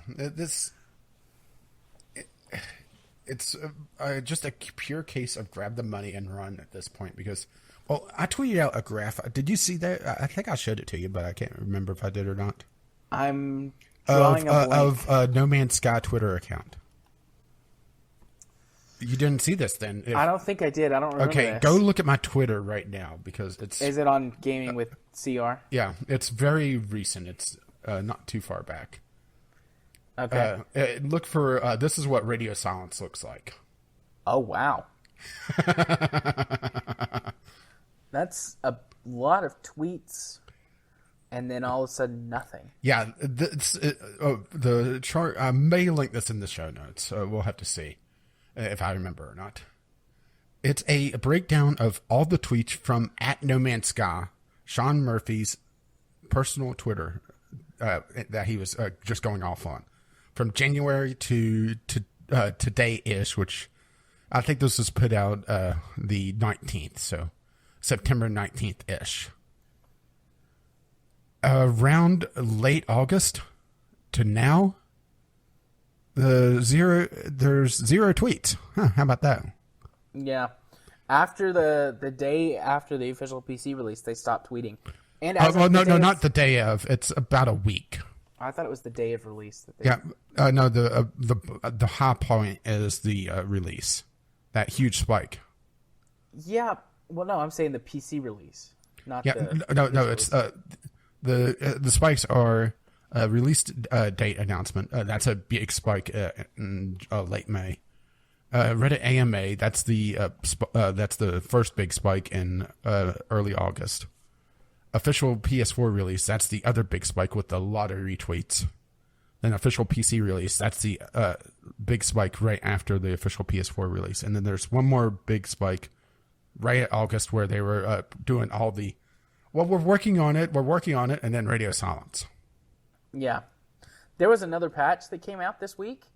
I posted a tweet about this. It was an 800 megabyte patch. No patch notes, again. And the only thing that... Wow, that's amazing. Mind blown. The only thing that people can tell that it changed is there was a bug that allowed you to stack normally unstackable items in your inventory so that you could save space.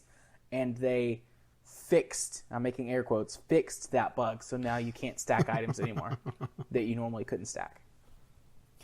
If you still have an item stack that's been done that way, it still works. But if you ever remove the stack from your inventory or try to move it from your person to your ship or vice versa, all of the items disappear except for one. So you lose the whole stack. You have to, if you're going to get rid of it, you have to sell it all in one go. Or craft it, I guess, all in one go. But still. Yep, I've really wanted to be wrong about this game. I wanted Hello Games to prove me wrong. I'm not wrong. I called this 2.0. And boy, was I proven right. I wanted to be wrong about this. You were supposed to prove me wrong. I wasn't supposed to do anything. But No, but I can pick on you for buying this game some more. I mean, I don't really think you're. I mean, if it makes you feel good, I'm just taking. I'm just making fun of you a little bit. Yeah. So yeah, someone said this on a podcast I listened to, or I think it was a podcast I listened to. They said that this was like a win-win for Sony. Like Sony like hyped this game till the ends of the earth.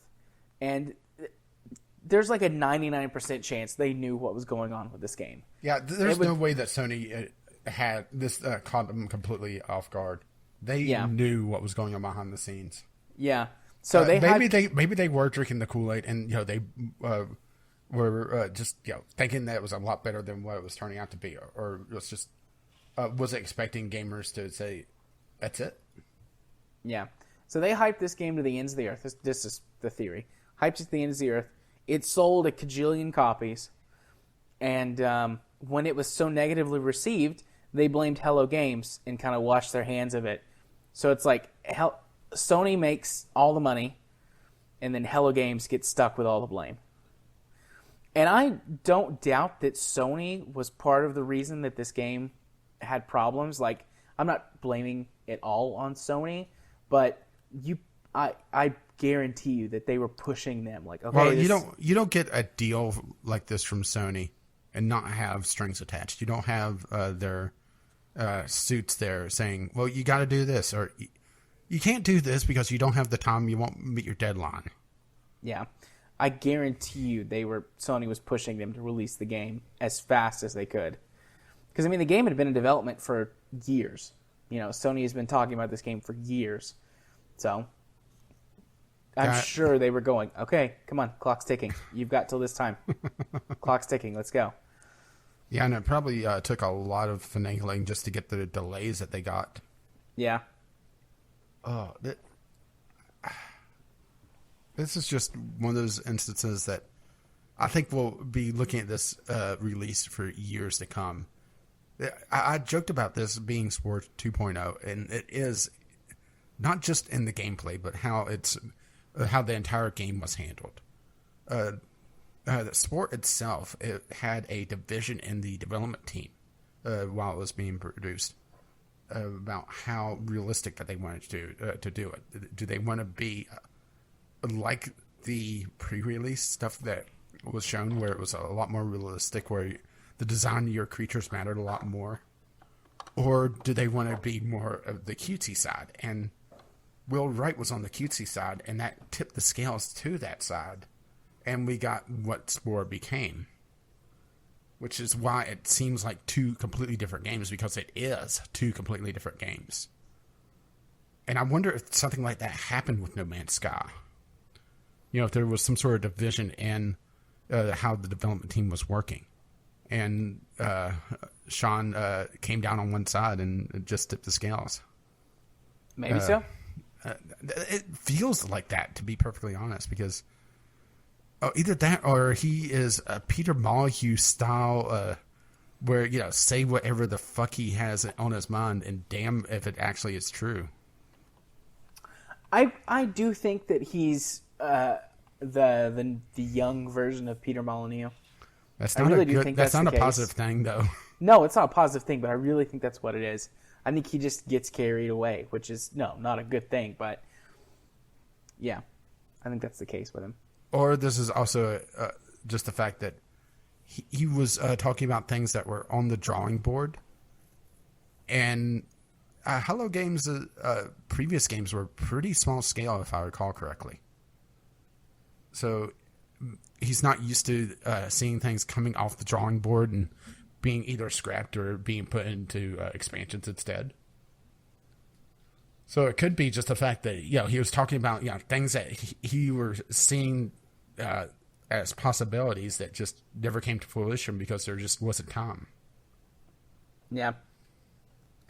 I just logged into the No Man's Sky refund group that I talked about a week or two ago on Discord, just looking and seeing what's going on. I haven't been here in a while. It looks like the group has shrank. People are giving up, I think.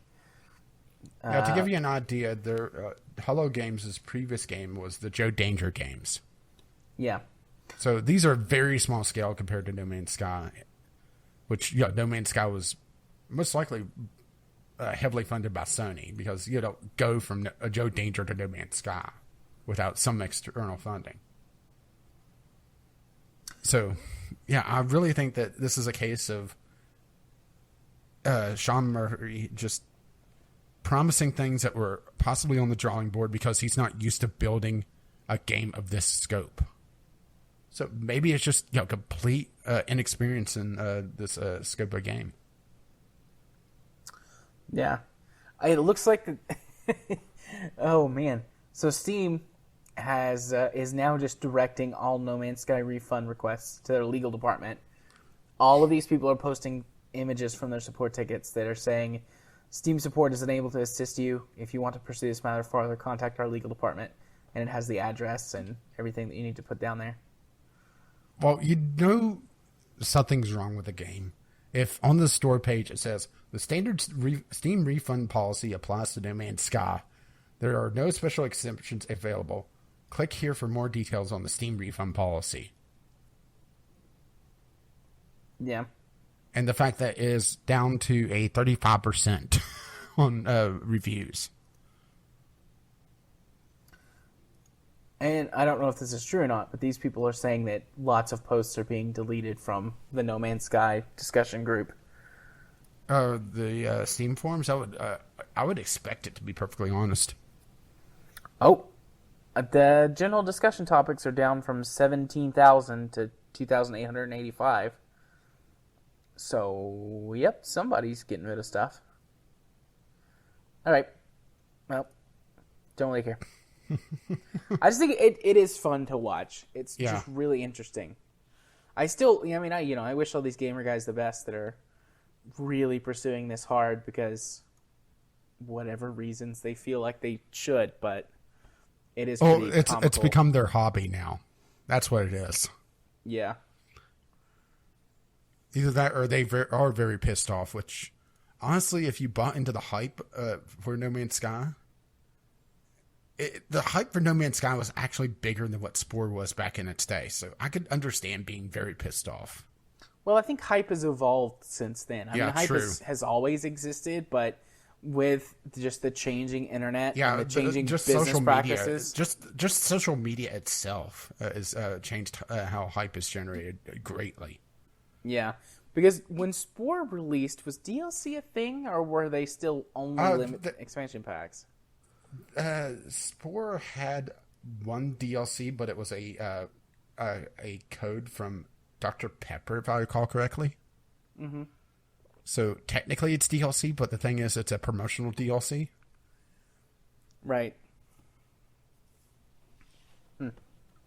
Yeah, it's just different internet, different culture, different business practices. So, I mean, there's definitely a comparison to be made there, but they're two fairly different scenarios. Well, I think it's just the epic breakdown of hype.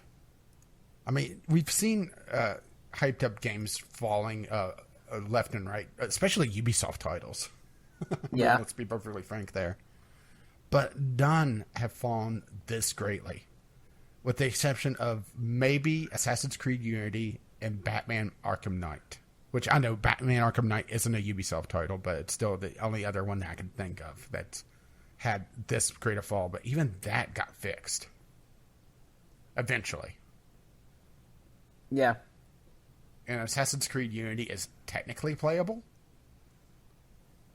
But then it is an Assassin's Creed game, so they could just pass off all the glitches as, well, no, that's a feature of the game here. The Artemis is glitching. Woo!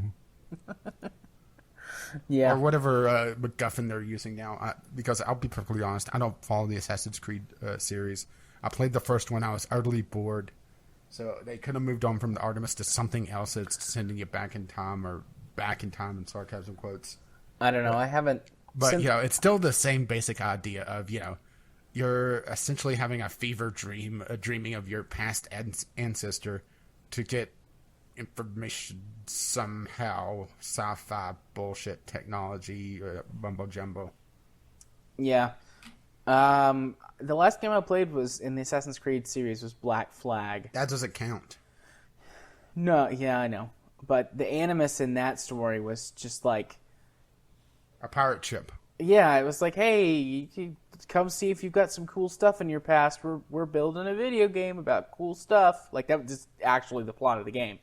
It's like, hey, come see if you got cool stuff. Oh, you're a pirate in your past. Yeah, let's use that and build a game around it.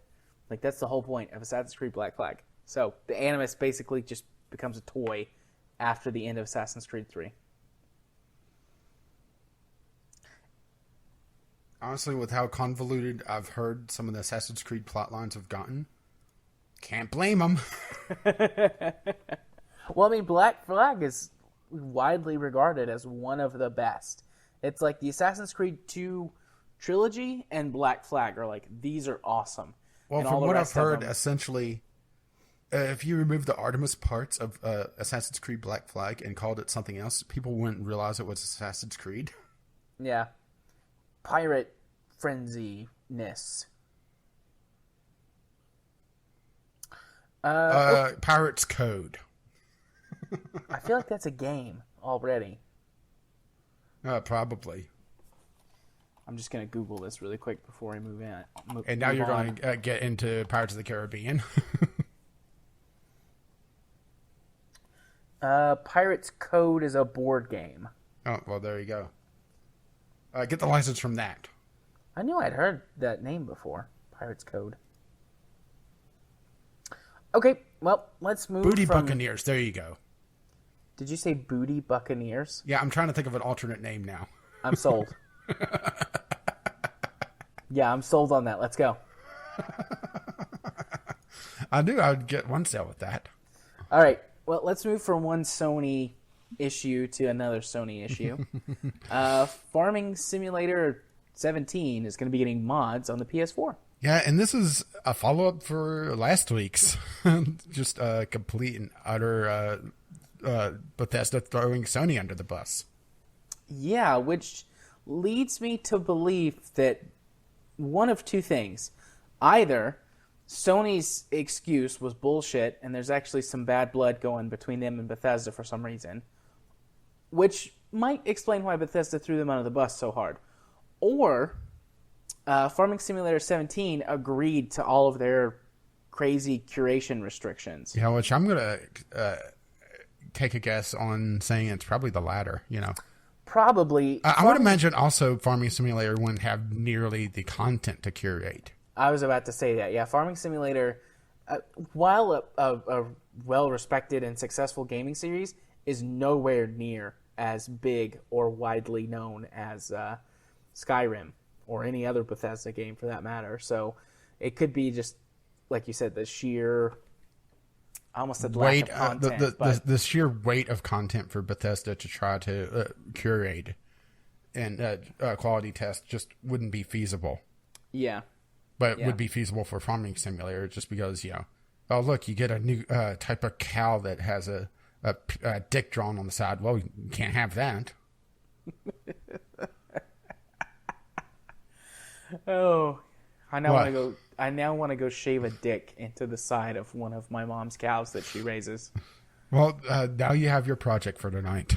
I'm definitely not going to do that tonight. Instead of cow tipping, it's cow dick shaving. Wait, that sounds like something completely different. Yeah. Although I have eaten cow penis and testicles, and they're not that bad. Just consider that part of the cleaning process.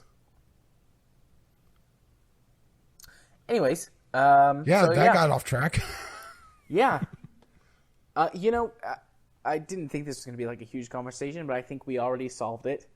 It's just that the amount of curated, content that requires curation is going to be so much less for this as compared to Yeah, but this Skyrim. is also just going to piss off the people that were going to buy Skyrim and have bought Fallout even further. Yeah. Sony needs to release some sort of statement about Bethesda, and I haven't seen them do that yet. I haven't either. And I do think that it's stupid that Sony is not going to make some kind of exception or something for Bethesda to allow mods, but they're not required to. You know, they don't have to do anything. It's not like this is something where I'm like, okay, you're being like awful, breaking the law or something like that. I think it's a dumb decision, but they're not required to do it. Yeah, this is just well, I applauded Sony last week for leveling the playing field. This is just them doing it further. Yeah. Making the Xbox look even better somehow. Yeah. So, yeah, I guess that pretty much covers that topic.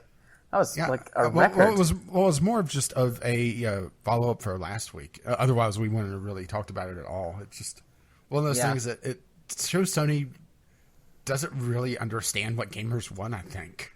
Well, I mean, that goes back to Japanese companies not understanding gaming in the 21st century. Well, Japanese companies, they are very insular on what they think. They are concerned about Japan's market. Yeah. Everything else could go to hell.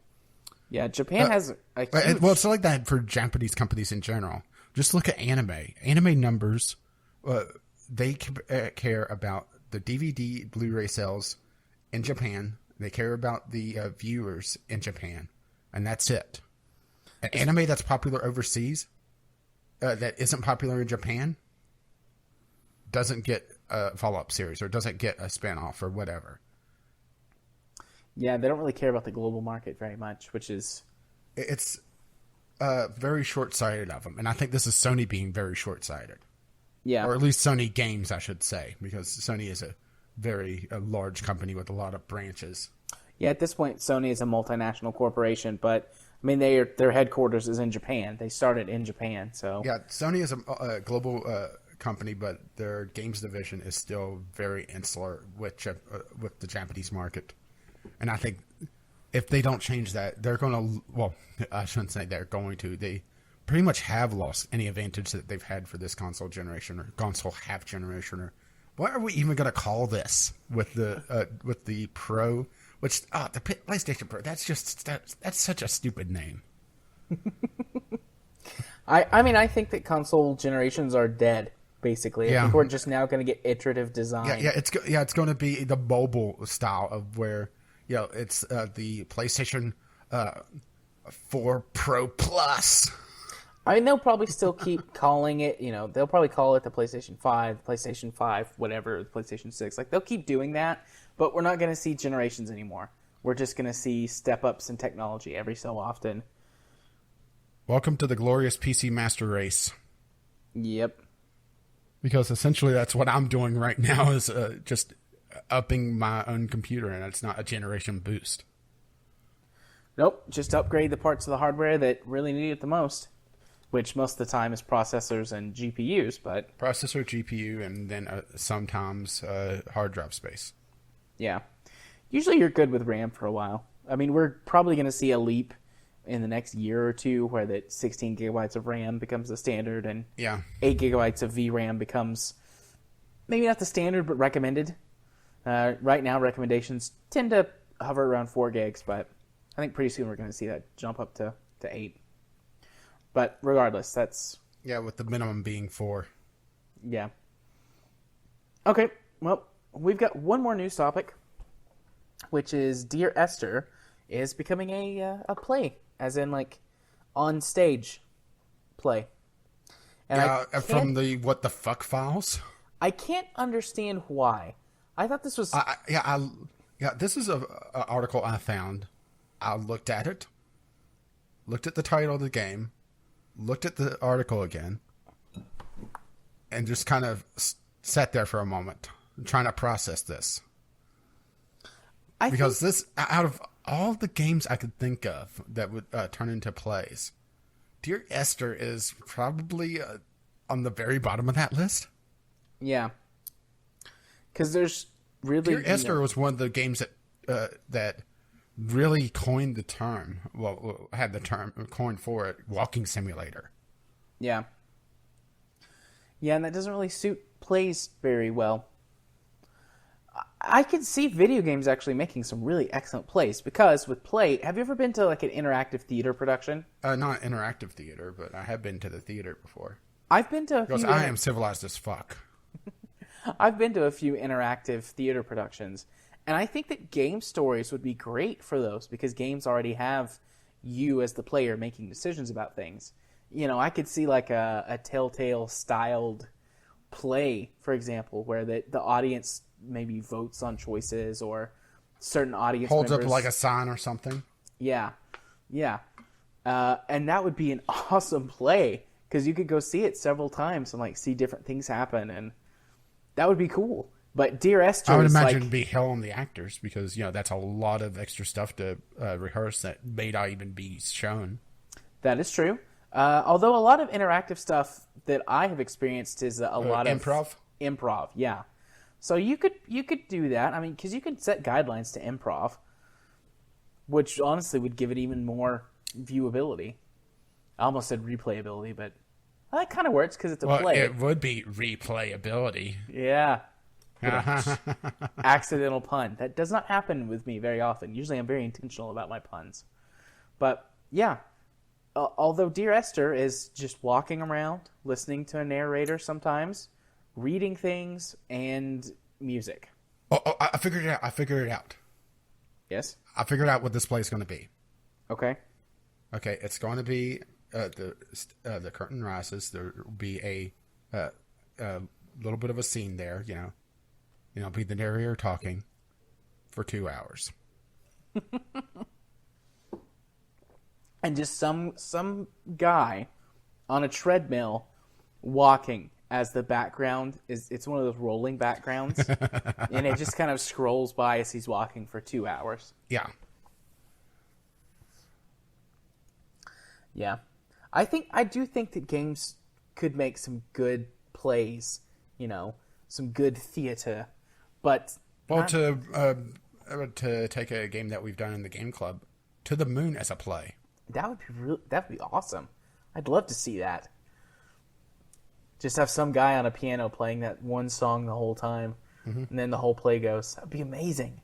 I want to go. I want to see that. I'm gonna call up the Tivoli Theater in Chattanooga and be like, "Hey, you guys should do this." Hey, I have a game that I want you to play, and then make a play out of it. They probably would look at me like I was a crazy. Well, I'd be calling them. They'd say I was a crazy person on the phone and hang up on me. No, that's when you go down there with your laptop and say, "Hey, I gotta show you something." And then they'd throw me off the premises for being a crazy person. Well, to up the ante, wear a trench coat. Actually, I saw with shorts under it. I saw a client for a few months this past year who was an actress at the Tivoli. Maybe if I call her up. Although that could be breaking ethics. I need to do some research on the ethics code to make sure I don't break any laws. But I could call her up and pitch this idea I've sold to you her. on this idea so much that you're looking at the ethics code to see if this can be done. I think I'm fine as long as I don't try and make any money off of it, because then we wouldn't be entering a business decision or a business deal. I think I'm fine, but I'll probably talk to my supervisor about that just to make sure. I genuinely am going to try and contact this person and pitch this idea to them. I'm going to do that this week.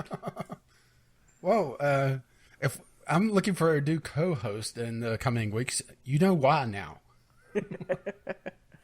Yeah. Okay. Well, Kyle, get ready. I mean, I'll tell you next week how it went. Yeah, Chemist, I would have you, but time zone difference would probably be hell on you after a few weeks. Yeah. But we would have you for a guest again. Yeah.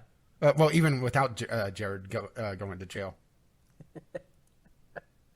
I don't think I'd lose my jail. I'd just lose my license. No. Here's the thing. You lose your license, and Katie kicks you out. Well, then I guess after a couple weeks, you end up on my recliner. Then we have you on the podcast again. Yep. So we would just need a filler host. Yeah, just for a couple of weeks in the interim. While you hitchhike up here. Well, I mean, my car's in my name. I drive. Okay. Well, now that sad thought is out of the way, let's go to our community corner where we have This week we've got an audio letter from Kyle and an audio letter from a special character. Rage, what is the name of our special character? Well, I came up with the name of Crash, but Kyle hasn't accepted that name yet. Right. Well, this week, because of time travel, since we're doing this in the past. Well, technically, we are always doing this in the past. Fair play. We're just going to go with Crash, and if we have to revise his name next week, we'll come up with a thematic reason why. Let's start with Kyle. Greetings, J. Arthur and Caffeine Rage. This is Kyle coming at you with a topic that kind of mutated while I was researching it, so let's do this. See, as Rage likely mentioned earlier in the episode, I've been playing a lot of Spin Tire, specifically multiplayer and specifically with him. Now, I was really interested to learn more about the whole developer-publisher time bomb thing that happened a few months ago. So, the story. For those of you who are unfamiliar, back in February of this year, 2016, Spin Tires encountered what was basically a computerized time bomb. And people thought that the developer, a guy named Pavel, put it in because he was getting screwed over by the developer, a company named UV. So the story that came out around this was that Pavel, a man scorned by UV, decided to take matters into his own hands. After having not been paid into his latest batch of software that he sent to update the game to UV, he included several time bombs, things that would make the game crash and would make the publisher have to go back to him in order to fix the game, and he would have several of these just to make sure that UV was playing ball.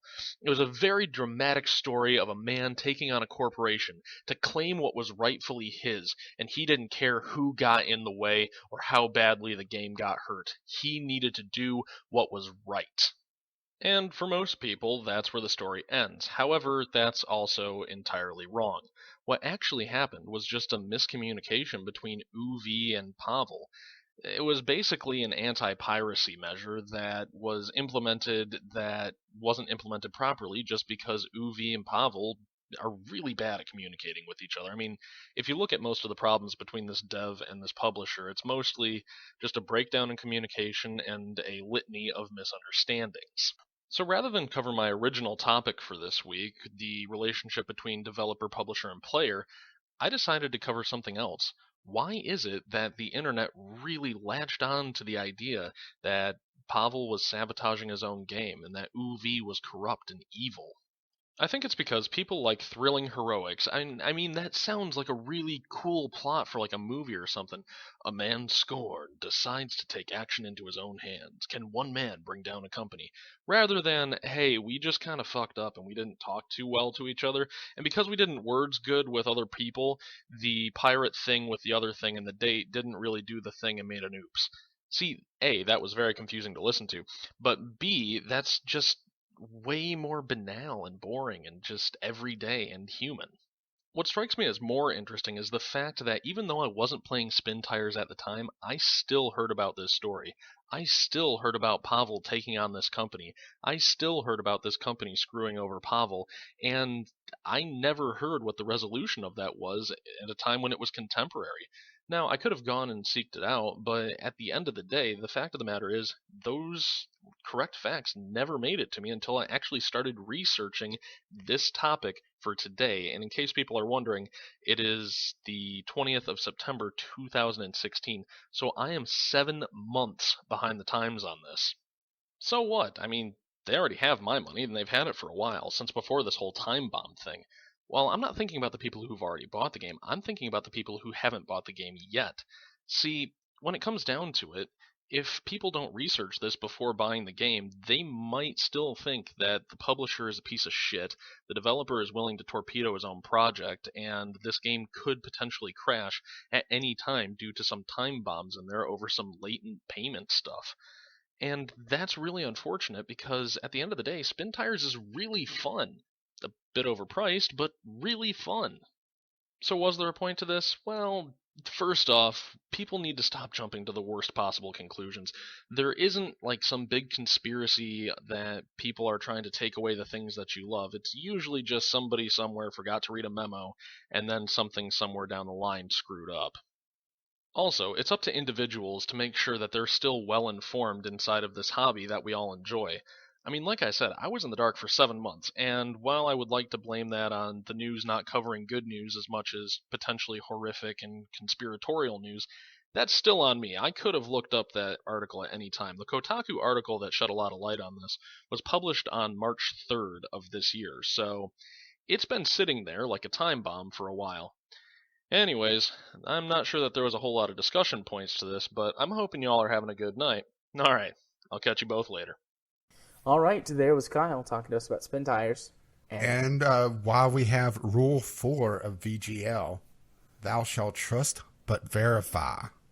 Yeah, I went and I cleaned those up earlier, by the way, because they were in just like normal words, and then I added the thou shalts and the thou shalt nots to them. Yeah, which we never did announce the proper wording for the fifth commandment. Right. Because we were working on it in the podcast, then afterwards I came up with about the perfect wording for it. Right. Thou shalt buy video games, not developer promises. That's number 5. When we get to 10, we should make a t-shirt of the 10 VGL commandments. I don't know how much money we would lose doing that unless all of our listeners want to buy one, but I would totally do it. I would spend some money to get that t-shirt made. That would be something. I would have to try to figure out how to do it. Well, or we may want to, go get a real artist to do it.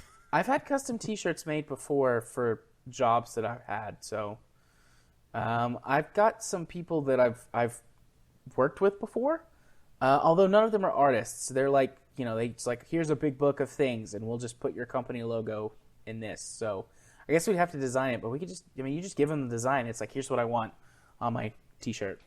Yeah, but the thing is that a lot of what I do is, I'm close to digital homicide, is that I remix images from Google image search. Right. So I'm not sure of the legality of selling t-shirts with that on it. Yeah.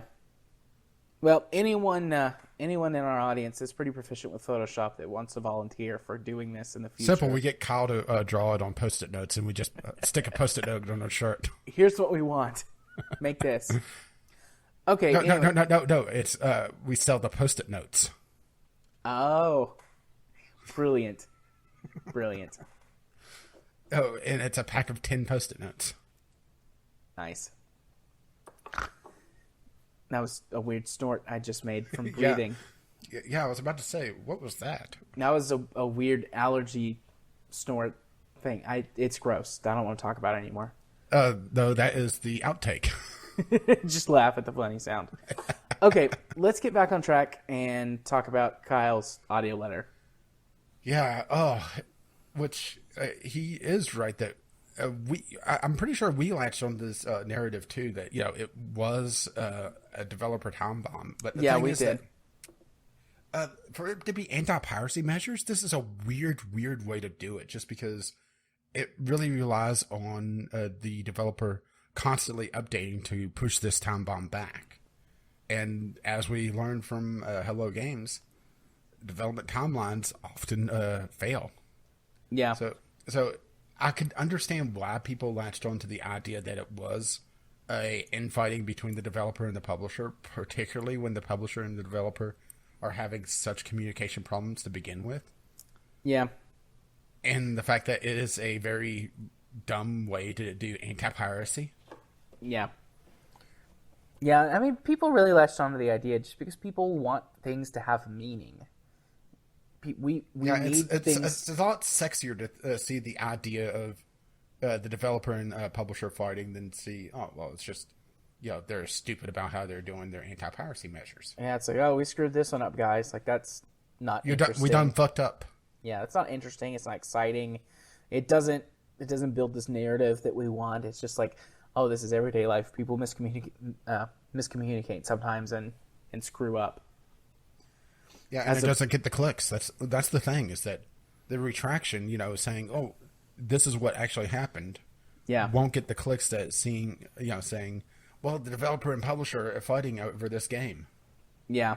There's a thing that I've heard, and I don't know where it comes from specifically. I've just heard it.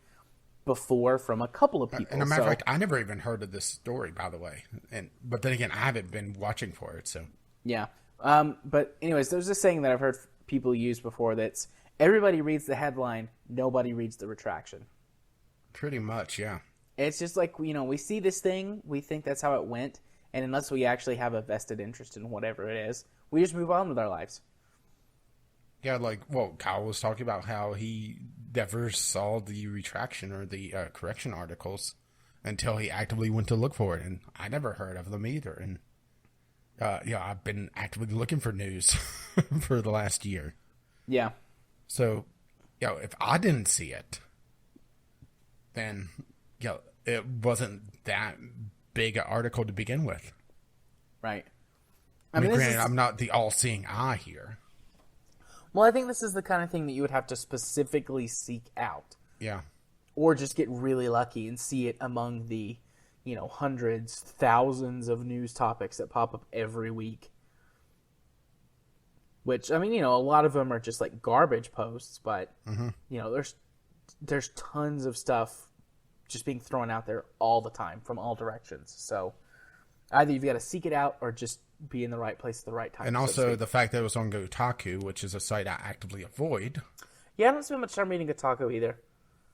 Kotaku is a site that you're swimming in a sewer to get a diamond. Right. And I'd rather just leave the diamond down there. Yeah, I don't want to go shoveling through all the shit. Just have Reddit sift it all out for me. Yeah. It's not worth the time and effort. Okay. Do you have anything else you want to add? Because I basically am just deferring to you. Not really. It's I still hesitate to recommend spin tires, even if this anti-piracy thing is true, which I haven't gone to look at this article yet. Because I listened to the audio letter about 15 minutes before recording time. Just before you actually contacted me, Jared. So I haven't had the time to do that. But even if that's the case, the way that they handled their anti-piracy still makes me hesitate to recommend spin tires to most people. Yeah. Well, I feel like it's a very niche game in general. Yeah. Like, if you're looking for a pretty realistic off-road game with some extra stuff to it, then, that's right for you. But if you don't really care about that stuff, then there's no point in buying it, no matter how cheap it gets. Thankfully, I'm the kind of person who likes that sort of thing, so. Okay. Well, that does it for our But audio. just remember, trust but verify. That's right. That does it for our audio letter from Kyle. But let's hear our new character on the show give his thoughts about Call of Duty. What's up, you fucking noobs? This is that one guy's latest dude bro tips for Call of Duty Black Ops. Are you tired of running around the corner and having some noob with a shotgun just blow you the fuck away? Alright, well I personally use the AK-47 because I'm a manly man. But here's the thing, it isn't so great at close quarters combat. So what I end up doing is I use the Master Key. Whenever I'm breaching and sweeping, I like having a shotgun, especially at close range, so that I don't have some little noob bitch blow my fucking brains out. Anyways, the Master Key gives you the nice balance between close quarters combat and medium long range, which assault rifles excel at. Not to mention, you'll be able to keep the M82 Law as your secondary weapon to take down those fucking noob spy planes and counter spy planes. Yeah! Alright, well this has been that one guy's Dude Bro Tips. Okay, well that was Crash, our new character, our Call of Duty advice giver. At least for this week. Yeah. He'll tell us about some high-pitched dude bro stuff later. Something else. I don't know, maybe we'll pick a different game or do more Call of Duty stuff. There's actually two versions of this, just so that you guys know, and the original version, because obviously this has been highly doctored, is going to be after the credits if you want to hear the original. I threatened Kyle to say that if he sent in a dude bro thing, I would be editing it, and that's what I did to it. Yeah. So after the credits, you can hear the original, which is still really funny. Well, to be fair, I did send this to Kyle before we recorded this, and he gave the okay to run it. So, and he thought it was hilarious too. Yeah, whenever I listened to it, I laughed. So I laughed so hard I had to stop, so I didn't hurt myself. Well, the thing is, you also had no idea what I did to it. I've warned Kyle what I did to it. Well, yeah. I said Kerbal. Oh, I'm proud of myself for what I did to that file. Yeah, that was good. That was good. And actually, that's pretty solid Call of Duty advice. I mean, it depends on who you're playing with and what mode and all that jazz, but that's a pretty good weapon combo right there. Nice versatility. So, yeah. Yeah, but he needs to lay off the caffeine or something. He needs to lay off of you. Wink. What, you getting jealous? No, I'm just waiting for a threesome. Oh, well, shall we quickly go to the question of the week? Yeah, let's go to the question of the week. Okay, question of the week I put out there. How would you fix the Steam reviews? And we got a lot of responses for this one. Okay. Million Lights. Best review of a game wins Steam discounts monthly. Purposely false / bad loses the rights to review after 5 strikes.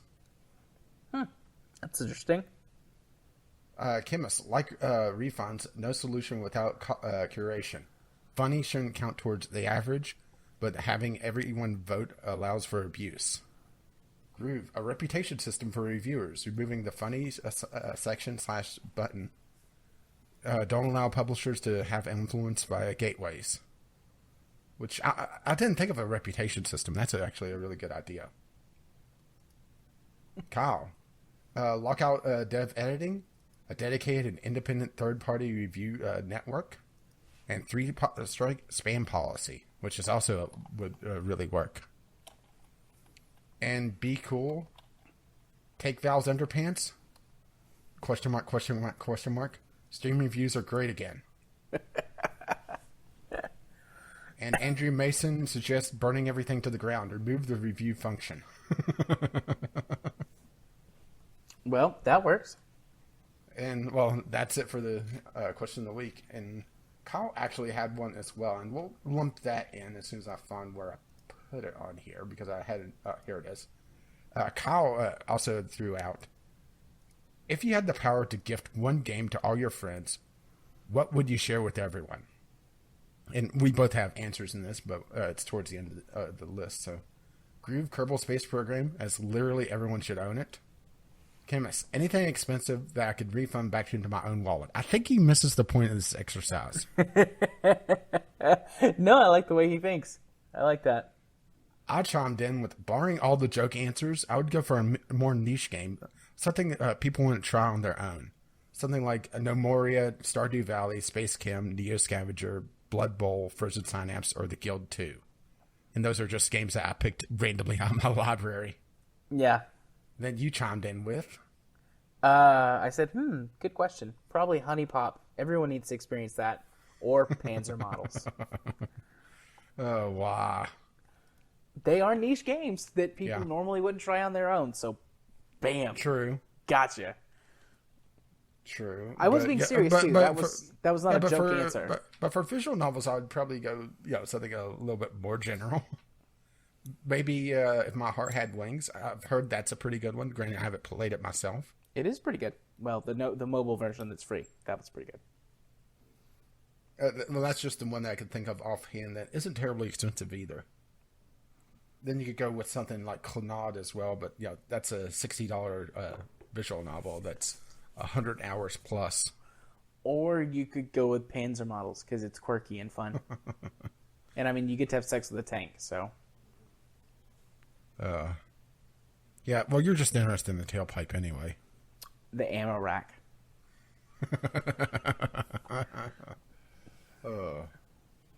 Well, since we're into the tweets already, Kyle did tweet out a comic of why he thinks insurance companies makes him feel fat because of body mass index. Did you see that one? Yeah, I saw it. I liked it. And then Kyle also tried to get a erotic fan fiction of the two of us. Yeah, that didn't work out. I didn't feel right contributing to my own erotic fan fiction, but maybe I should do that. Now the question is, should I do a joke voice for this tweet or try to actually do this with a decent voice? Up to you. I'll do a decent voice since I threatened to do my bad Gilbert Gottfried impersonation. As Caffeine Rage reached his manly hand towards Jared's joystick, they knew that this was the moment that they would become one by doing butt stuff. Oh, it's I'm so happy right now. You have no idea how happy I am right now. I'm glad you don't have your webcam on. I think you're extra glad I don't even have a webcam. Let's see, Aki, nude art, and Terabang, Groove. Just let me capture that in a sculpture real quick. I think it looks really great, and they're referencing my RimWorld gameplay. I'm at least assuming that's what Aki's talking about, because Aki has a tendency of crying and running around butt naked, and then Groove was making sculptures about it.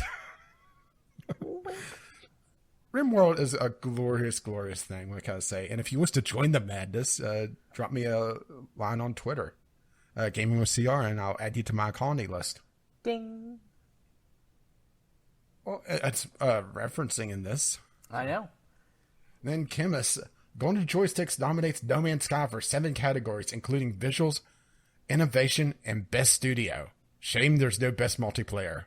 And this is another thing. I saw the announcements of the nominations, and I just laughed and laughed and laughed. I will give them visuals. I mean, basically, No Man's Sky at this point is a screensaver generator. So I'll give them that one. But otherwise, yeah. They have Game of the Year nominations on the PlayStation and overall. Think about that. There's been a lot better games that have come out this year. I'm sure there are. I think Digital Homicide has a better chance. No, I don't think so. I don't. No, Digital Homicide's gone. Those poor, sad little bastards. But it's just, I saw those nominations. It's another one of those things that I just sat there and looked at it like, have they read anything about these games? And I actually tweeted out about this as well, because, let's see, for PC Game of the Year, Civ 6 was on the list. That's not even out yet. Yeah. And I also found World of Warships on the list. Beta, so technically not out, but you can play it, so... Yeah, but it's also been in pretty much open beta since last year. Yeah, fair play. So, how are they choosing these games? Hell if I know. Is it just, these games are the most hyped this year? And the fact that No Man's Sky is on this list is just hilarious. Which Kyle responds, I'm just glad to see Half-Life 3 get a nomination for Best Multiplayer. When Half-Life 3, I shouldn't say when, if Half-Life 3 ever comes out, there is no way it's going to live up to any of the hype about it. No, I think we've said this several times. Like Yeah, I think the best thing for Valve to do for Half-Life 3, especially since there's this just mythos about it now, don't do a huge build-up. Don't have a huge ad campaign. Just release it on, like, a Friday. And watch the internet go batshit. Yeah. Because that would be just the glorious thing. And probably the best way to avoid any letdown of hype. Because, them talking about this game at all, I think, would just be to the point where there's just no way to live up to it. Unless, they're very, very low-key about it. And Valve doesn't do low-key. How? I'm sorry, I'm looking at the categories for the Golden Joysticks. How the heck is Quantum Break in the Innovation of the Year category? You've got Guitar Hero Live, HTC Vive, No Man's Sky, Oculus Rift. We should have PlayStation VR. we should have broken down the Golden Joysticks. We'll do that next time. The voting goes on for a little while, so Yeah, we have next week, and the game club isn't going to be that long. Nah. But yeah, the gold joysticks are just a bunch of hilarity we should have done this week. But we had other topics. Yeah.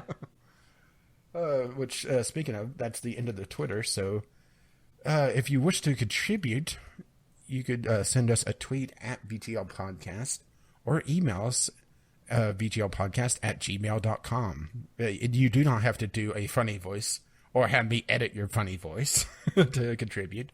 We will accept text letters as well, or really anything you want to contribute. Yeah. If you wish to do your video as a, or do your letter as a sock puppet in a video, I'll link to it. That would be amazing. I'd love a sock puppet video letter. A new character. And moving swiftly along to our weekly picks. That is correct. As always, you start, and we shall alternate. Okay, well, my first pick, I'll pick this, Just Cause. But, well, to be fair, the second one, Just Cause 2. It is just a wacky sandbox of destruction.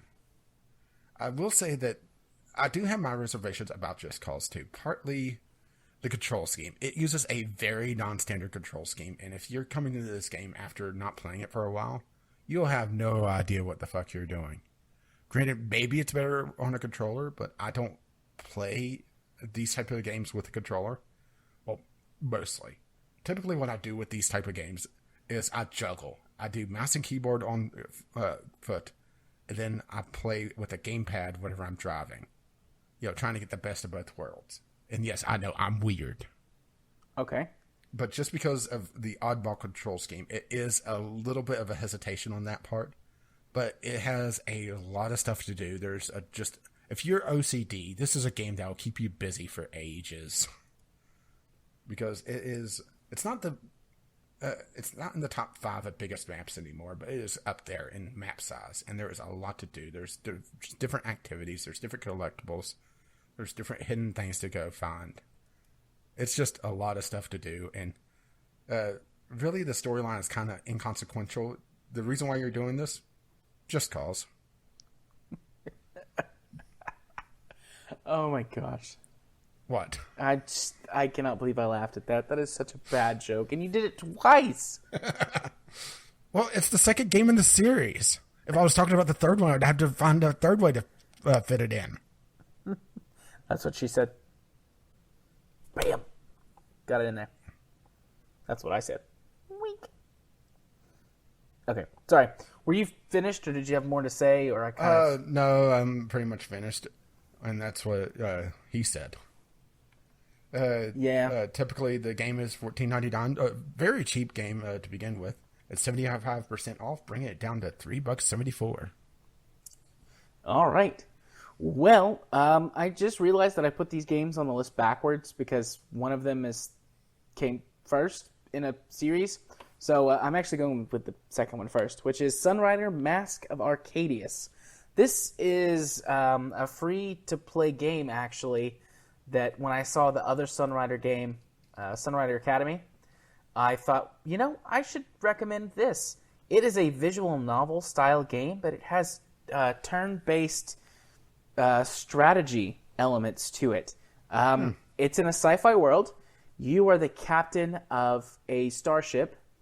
Is the starship a high school? No, it's not. But you're the captain of a starship, and there is a war that happens, and you, being the captain of the most advanced prototype warship for your planet or faction, whatever you want to call them, group of people, takes your ship and escapes, and you have turn-based battle sections where that you fight your way through, and each of the characters that you pick up has something that they do to help you. So some of them are pilots who pilot battlemechs or fighters or other ships that you eventually get in your party. Some of them are like mechanics that can give you bonuses, or little side characters that you can have like romance subplots with and stuff like that. The game offers a number of choices with some branching paths. There's really only a couple of different endings that you can get, but basically you win or you lose, but each of them has, actual full-blown endings that go with the scenarios. But anyways, there's some decisions to make. This was this studio's first attempt at a game like this, and they released it for free. It's actually 2 or 3 years old. Did they sue people that were giving it bad reviews? I don't think so, but it's got a lot of positive reviews. It's a really well-told sci-fi story. The battle mechanics are pretty good, actually, surprisingly. Well, there is a subgenre of visual novels that has gameplay like this. Yeah. This isn't unusual. It's just unusual to see it for free. Yeah.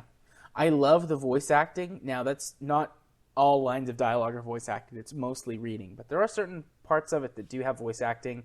And then during battles, characters have things that they say. And I really like it. Bonsai? It's cute. Now, I don't think there's anyone that says bonsai.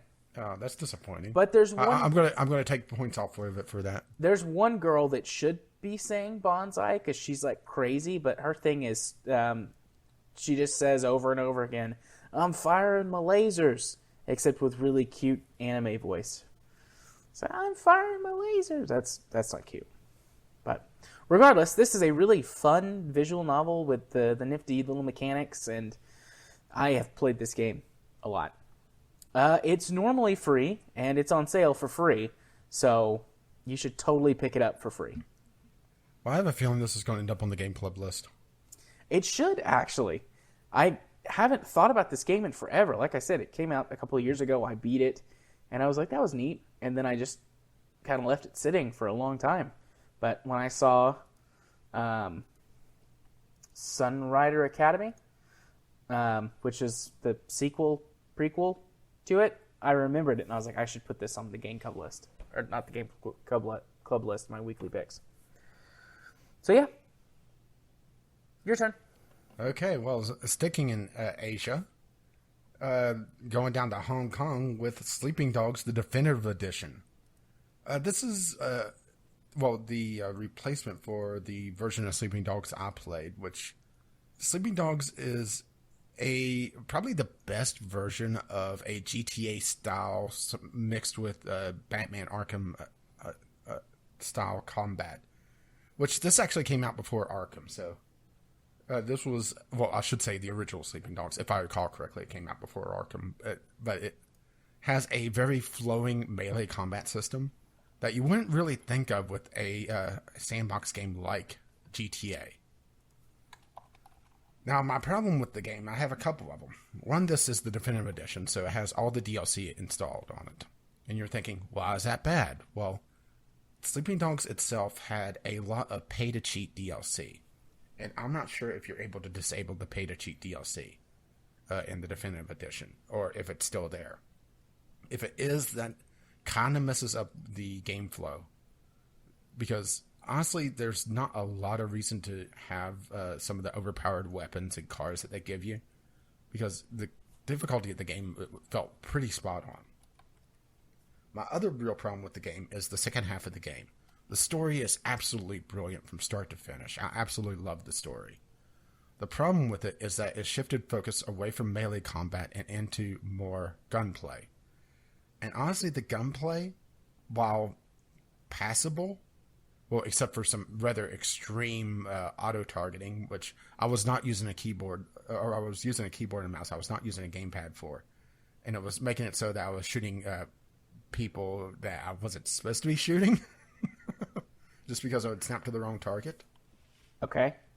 Once again, that is the non-definitive edition. I want to make that clear. It could have been fixed in the definitive edition, and I just haven't played it. There's really no reason for me to buy the definitive edition when I have the basic version already. But the gunplay, it just felt mediocre, especially compared to just how great the melee combat felt.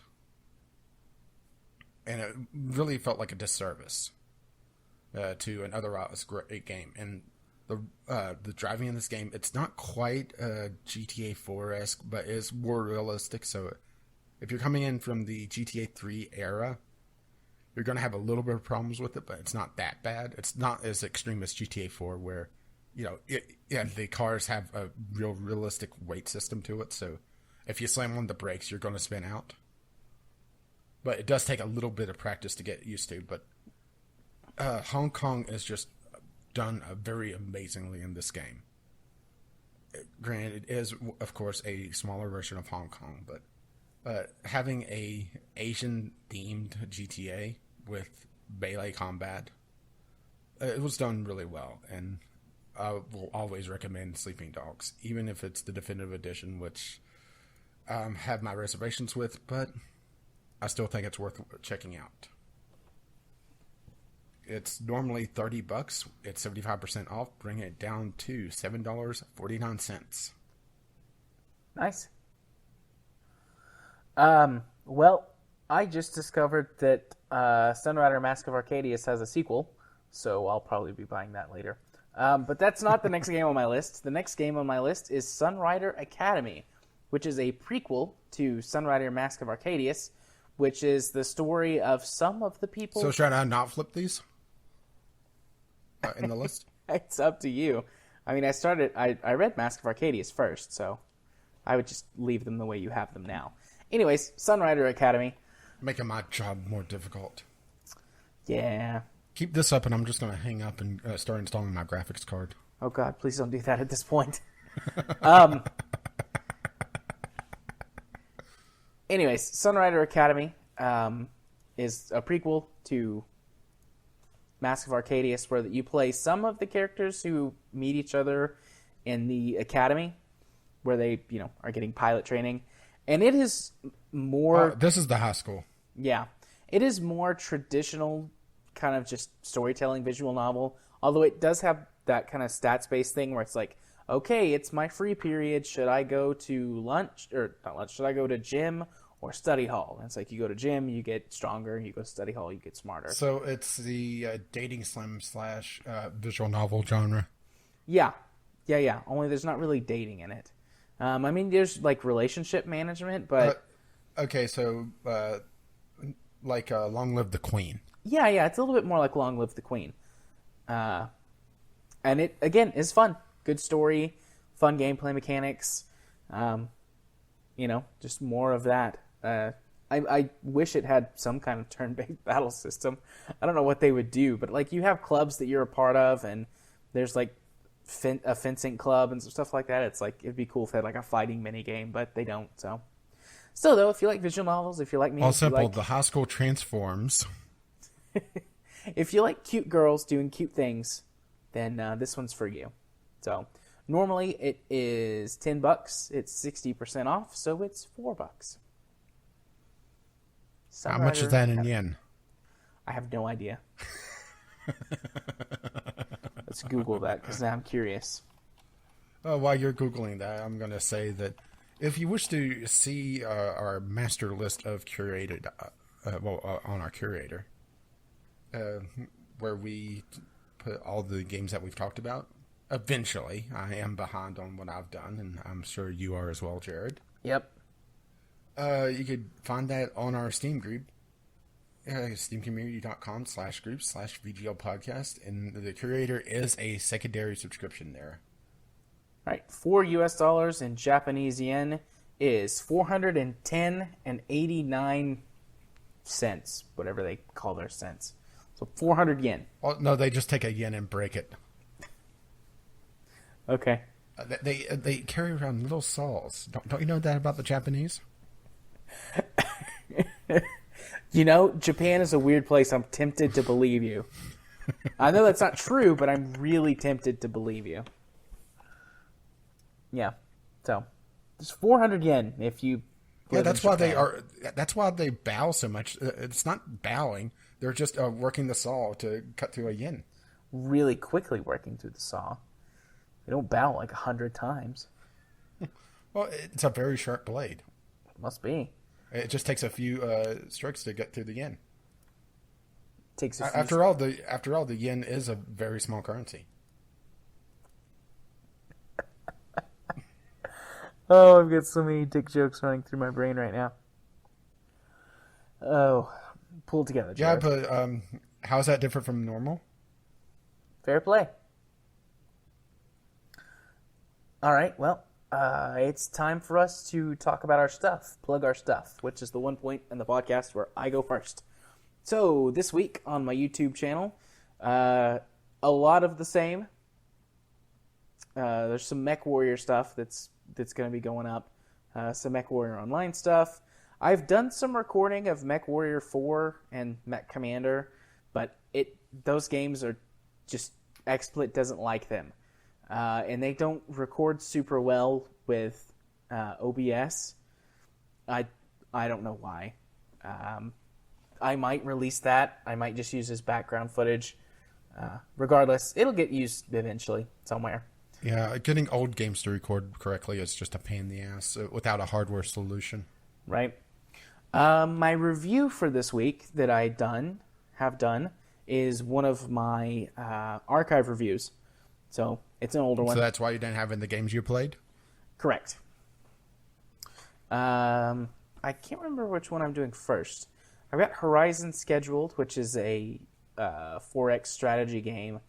And the other one that I did, I can't even remember doing it. So it must be Horizon that's scheduled for this Sunday. But yeah, that's pretty much all I got going on. If you want to subscribe to my YouTube channel, you can find me over on the YouTubes by searching for Game Psychologist.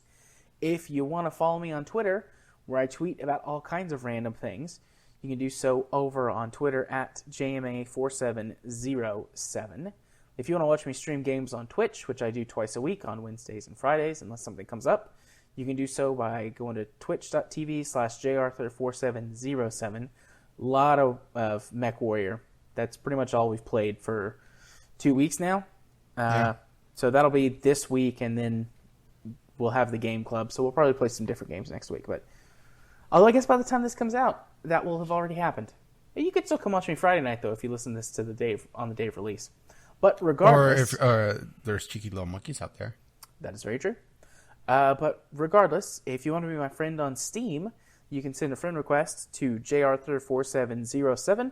I will accept your request, and I will chat with you anytime you want to chat with me, unless I'm And if you actually wish not to there. let them know exactly what episode you're coming from, the password for this week is villainization. Villainization. Yes, villainization. Okay.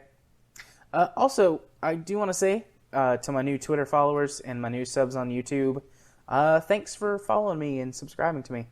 I really appreciate it. Feel free to tweet me or write stuff on my YouTube videos anytime you want. I will respond as quickly as possible. Yeah, I've been getting a few new subscribers as well. Not many followers on Twitter. I think people are already following me. I got like 3 or 4 new Twitter followers this past week.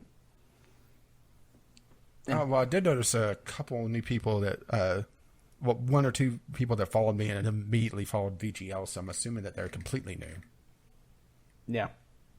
Perhaps. But remember, I'm in control of the VGL Twitter account, so I see that sort of thing. That's true. I log in every once in a while just to see the tweets that people have sent to us because, sometimes you just can't find tweets if you're looking at it from the outside. So I log in every once in a while to check stuff out, but I think I've only posted once from VGL. Yeah, you're typically, you're supposed to be controlling the curator. How's that going, by the way? It's going.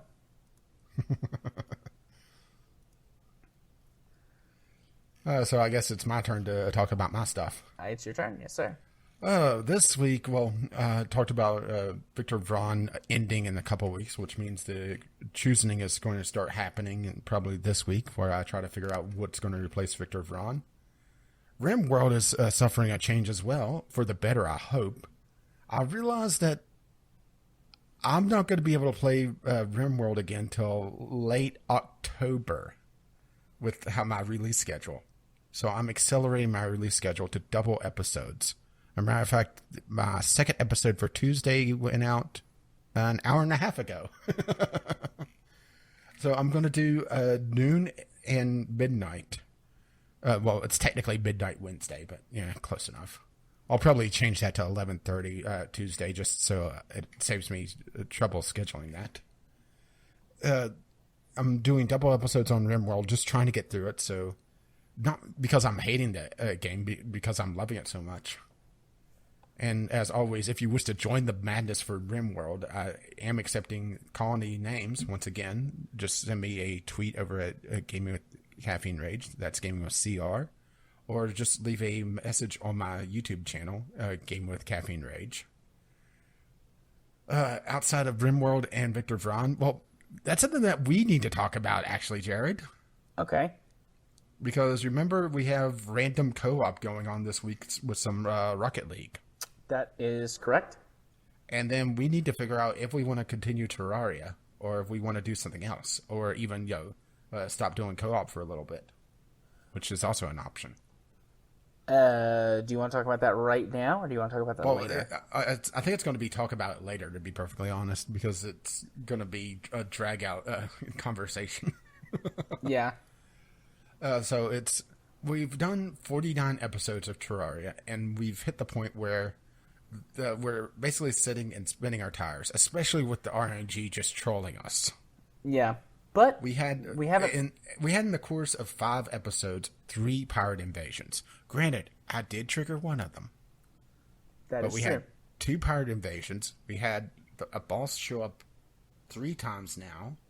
We've had raining gels, which honestly is not that much of a big deal.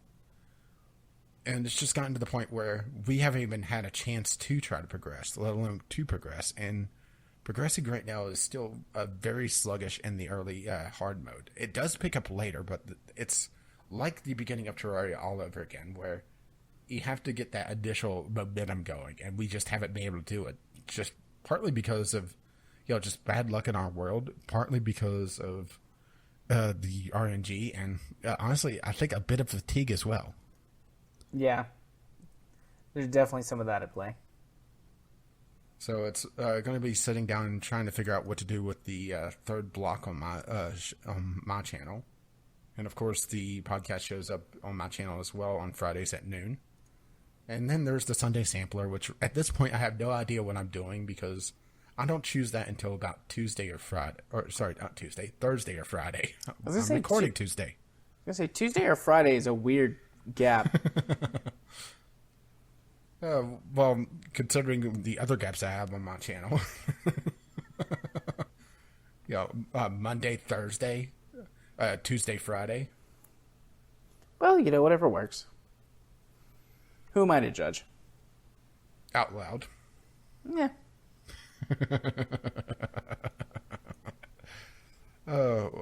And I have been more active on my Twitter as well.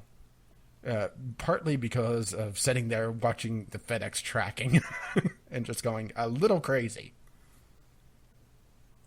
Yeah, I don't suspect you'll stick around very long after we're done tonight.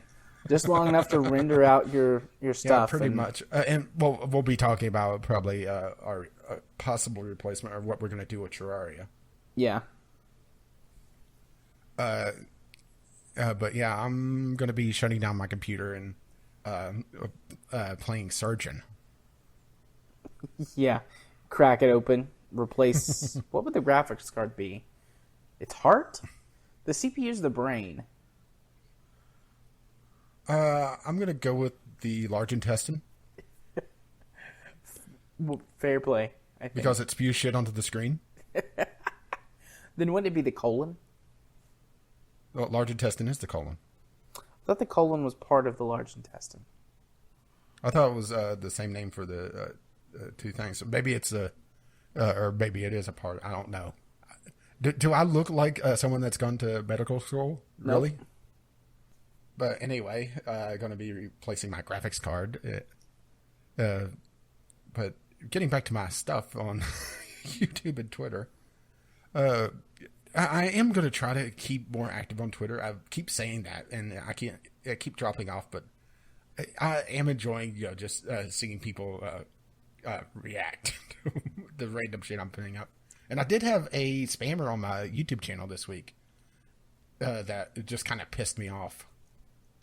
And it wasn't even a spammer that did a lot. It was literally sub ! And a shortened URL to his quick sub link. And it just pissed me off. And I came down on him with the fist of an angry god. Nice. No, usually I just remove the comment and maybe report him for spamming. I actually went to his channel and banned him from mine. Wow. Completely. Rage was angry. Well, it isn't the name. Hey-o. But assuming you're not just going to spam your bullshit on my channel, you could always view my stuff over at Gaming with Caffeine Rage or on Twitter, Gaming with CR. All right. And now it's time to plug the Internet Archive for unknowingly supporting our bullshit. Absolutely. And please, if you don't support us financially, which you could do so at patreon.com/VGL podcast, throw a couple of dollars to the Internet Archive for supporting us and the archives of Kerbалcast as well. You could reach us at VGL Podcast on Twitter or VGL Podcast at gmail.com on YouTube with your letters, voicemails, sock puppet videos,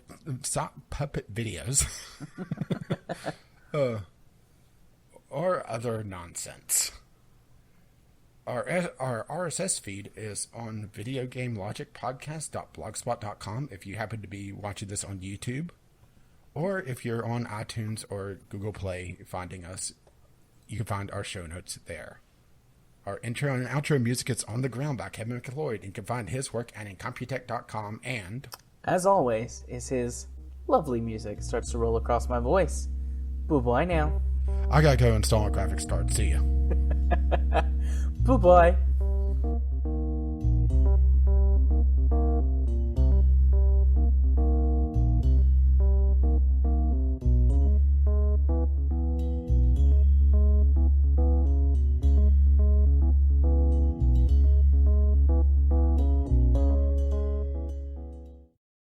What's up, you fucking noobs? This is that one guy's latest dude bro tips for Call of Duty Black Ops. Are you tired of running around the corner and having some noob with a shotgun just blow you the fuck away?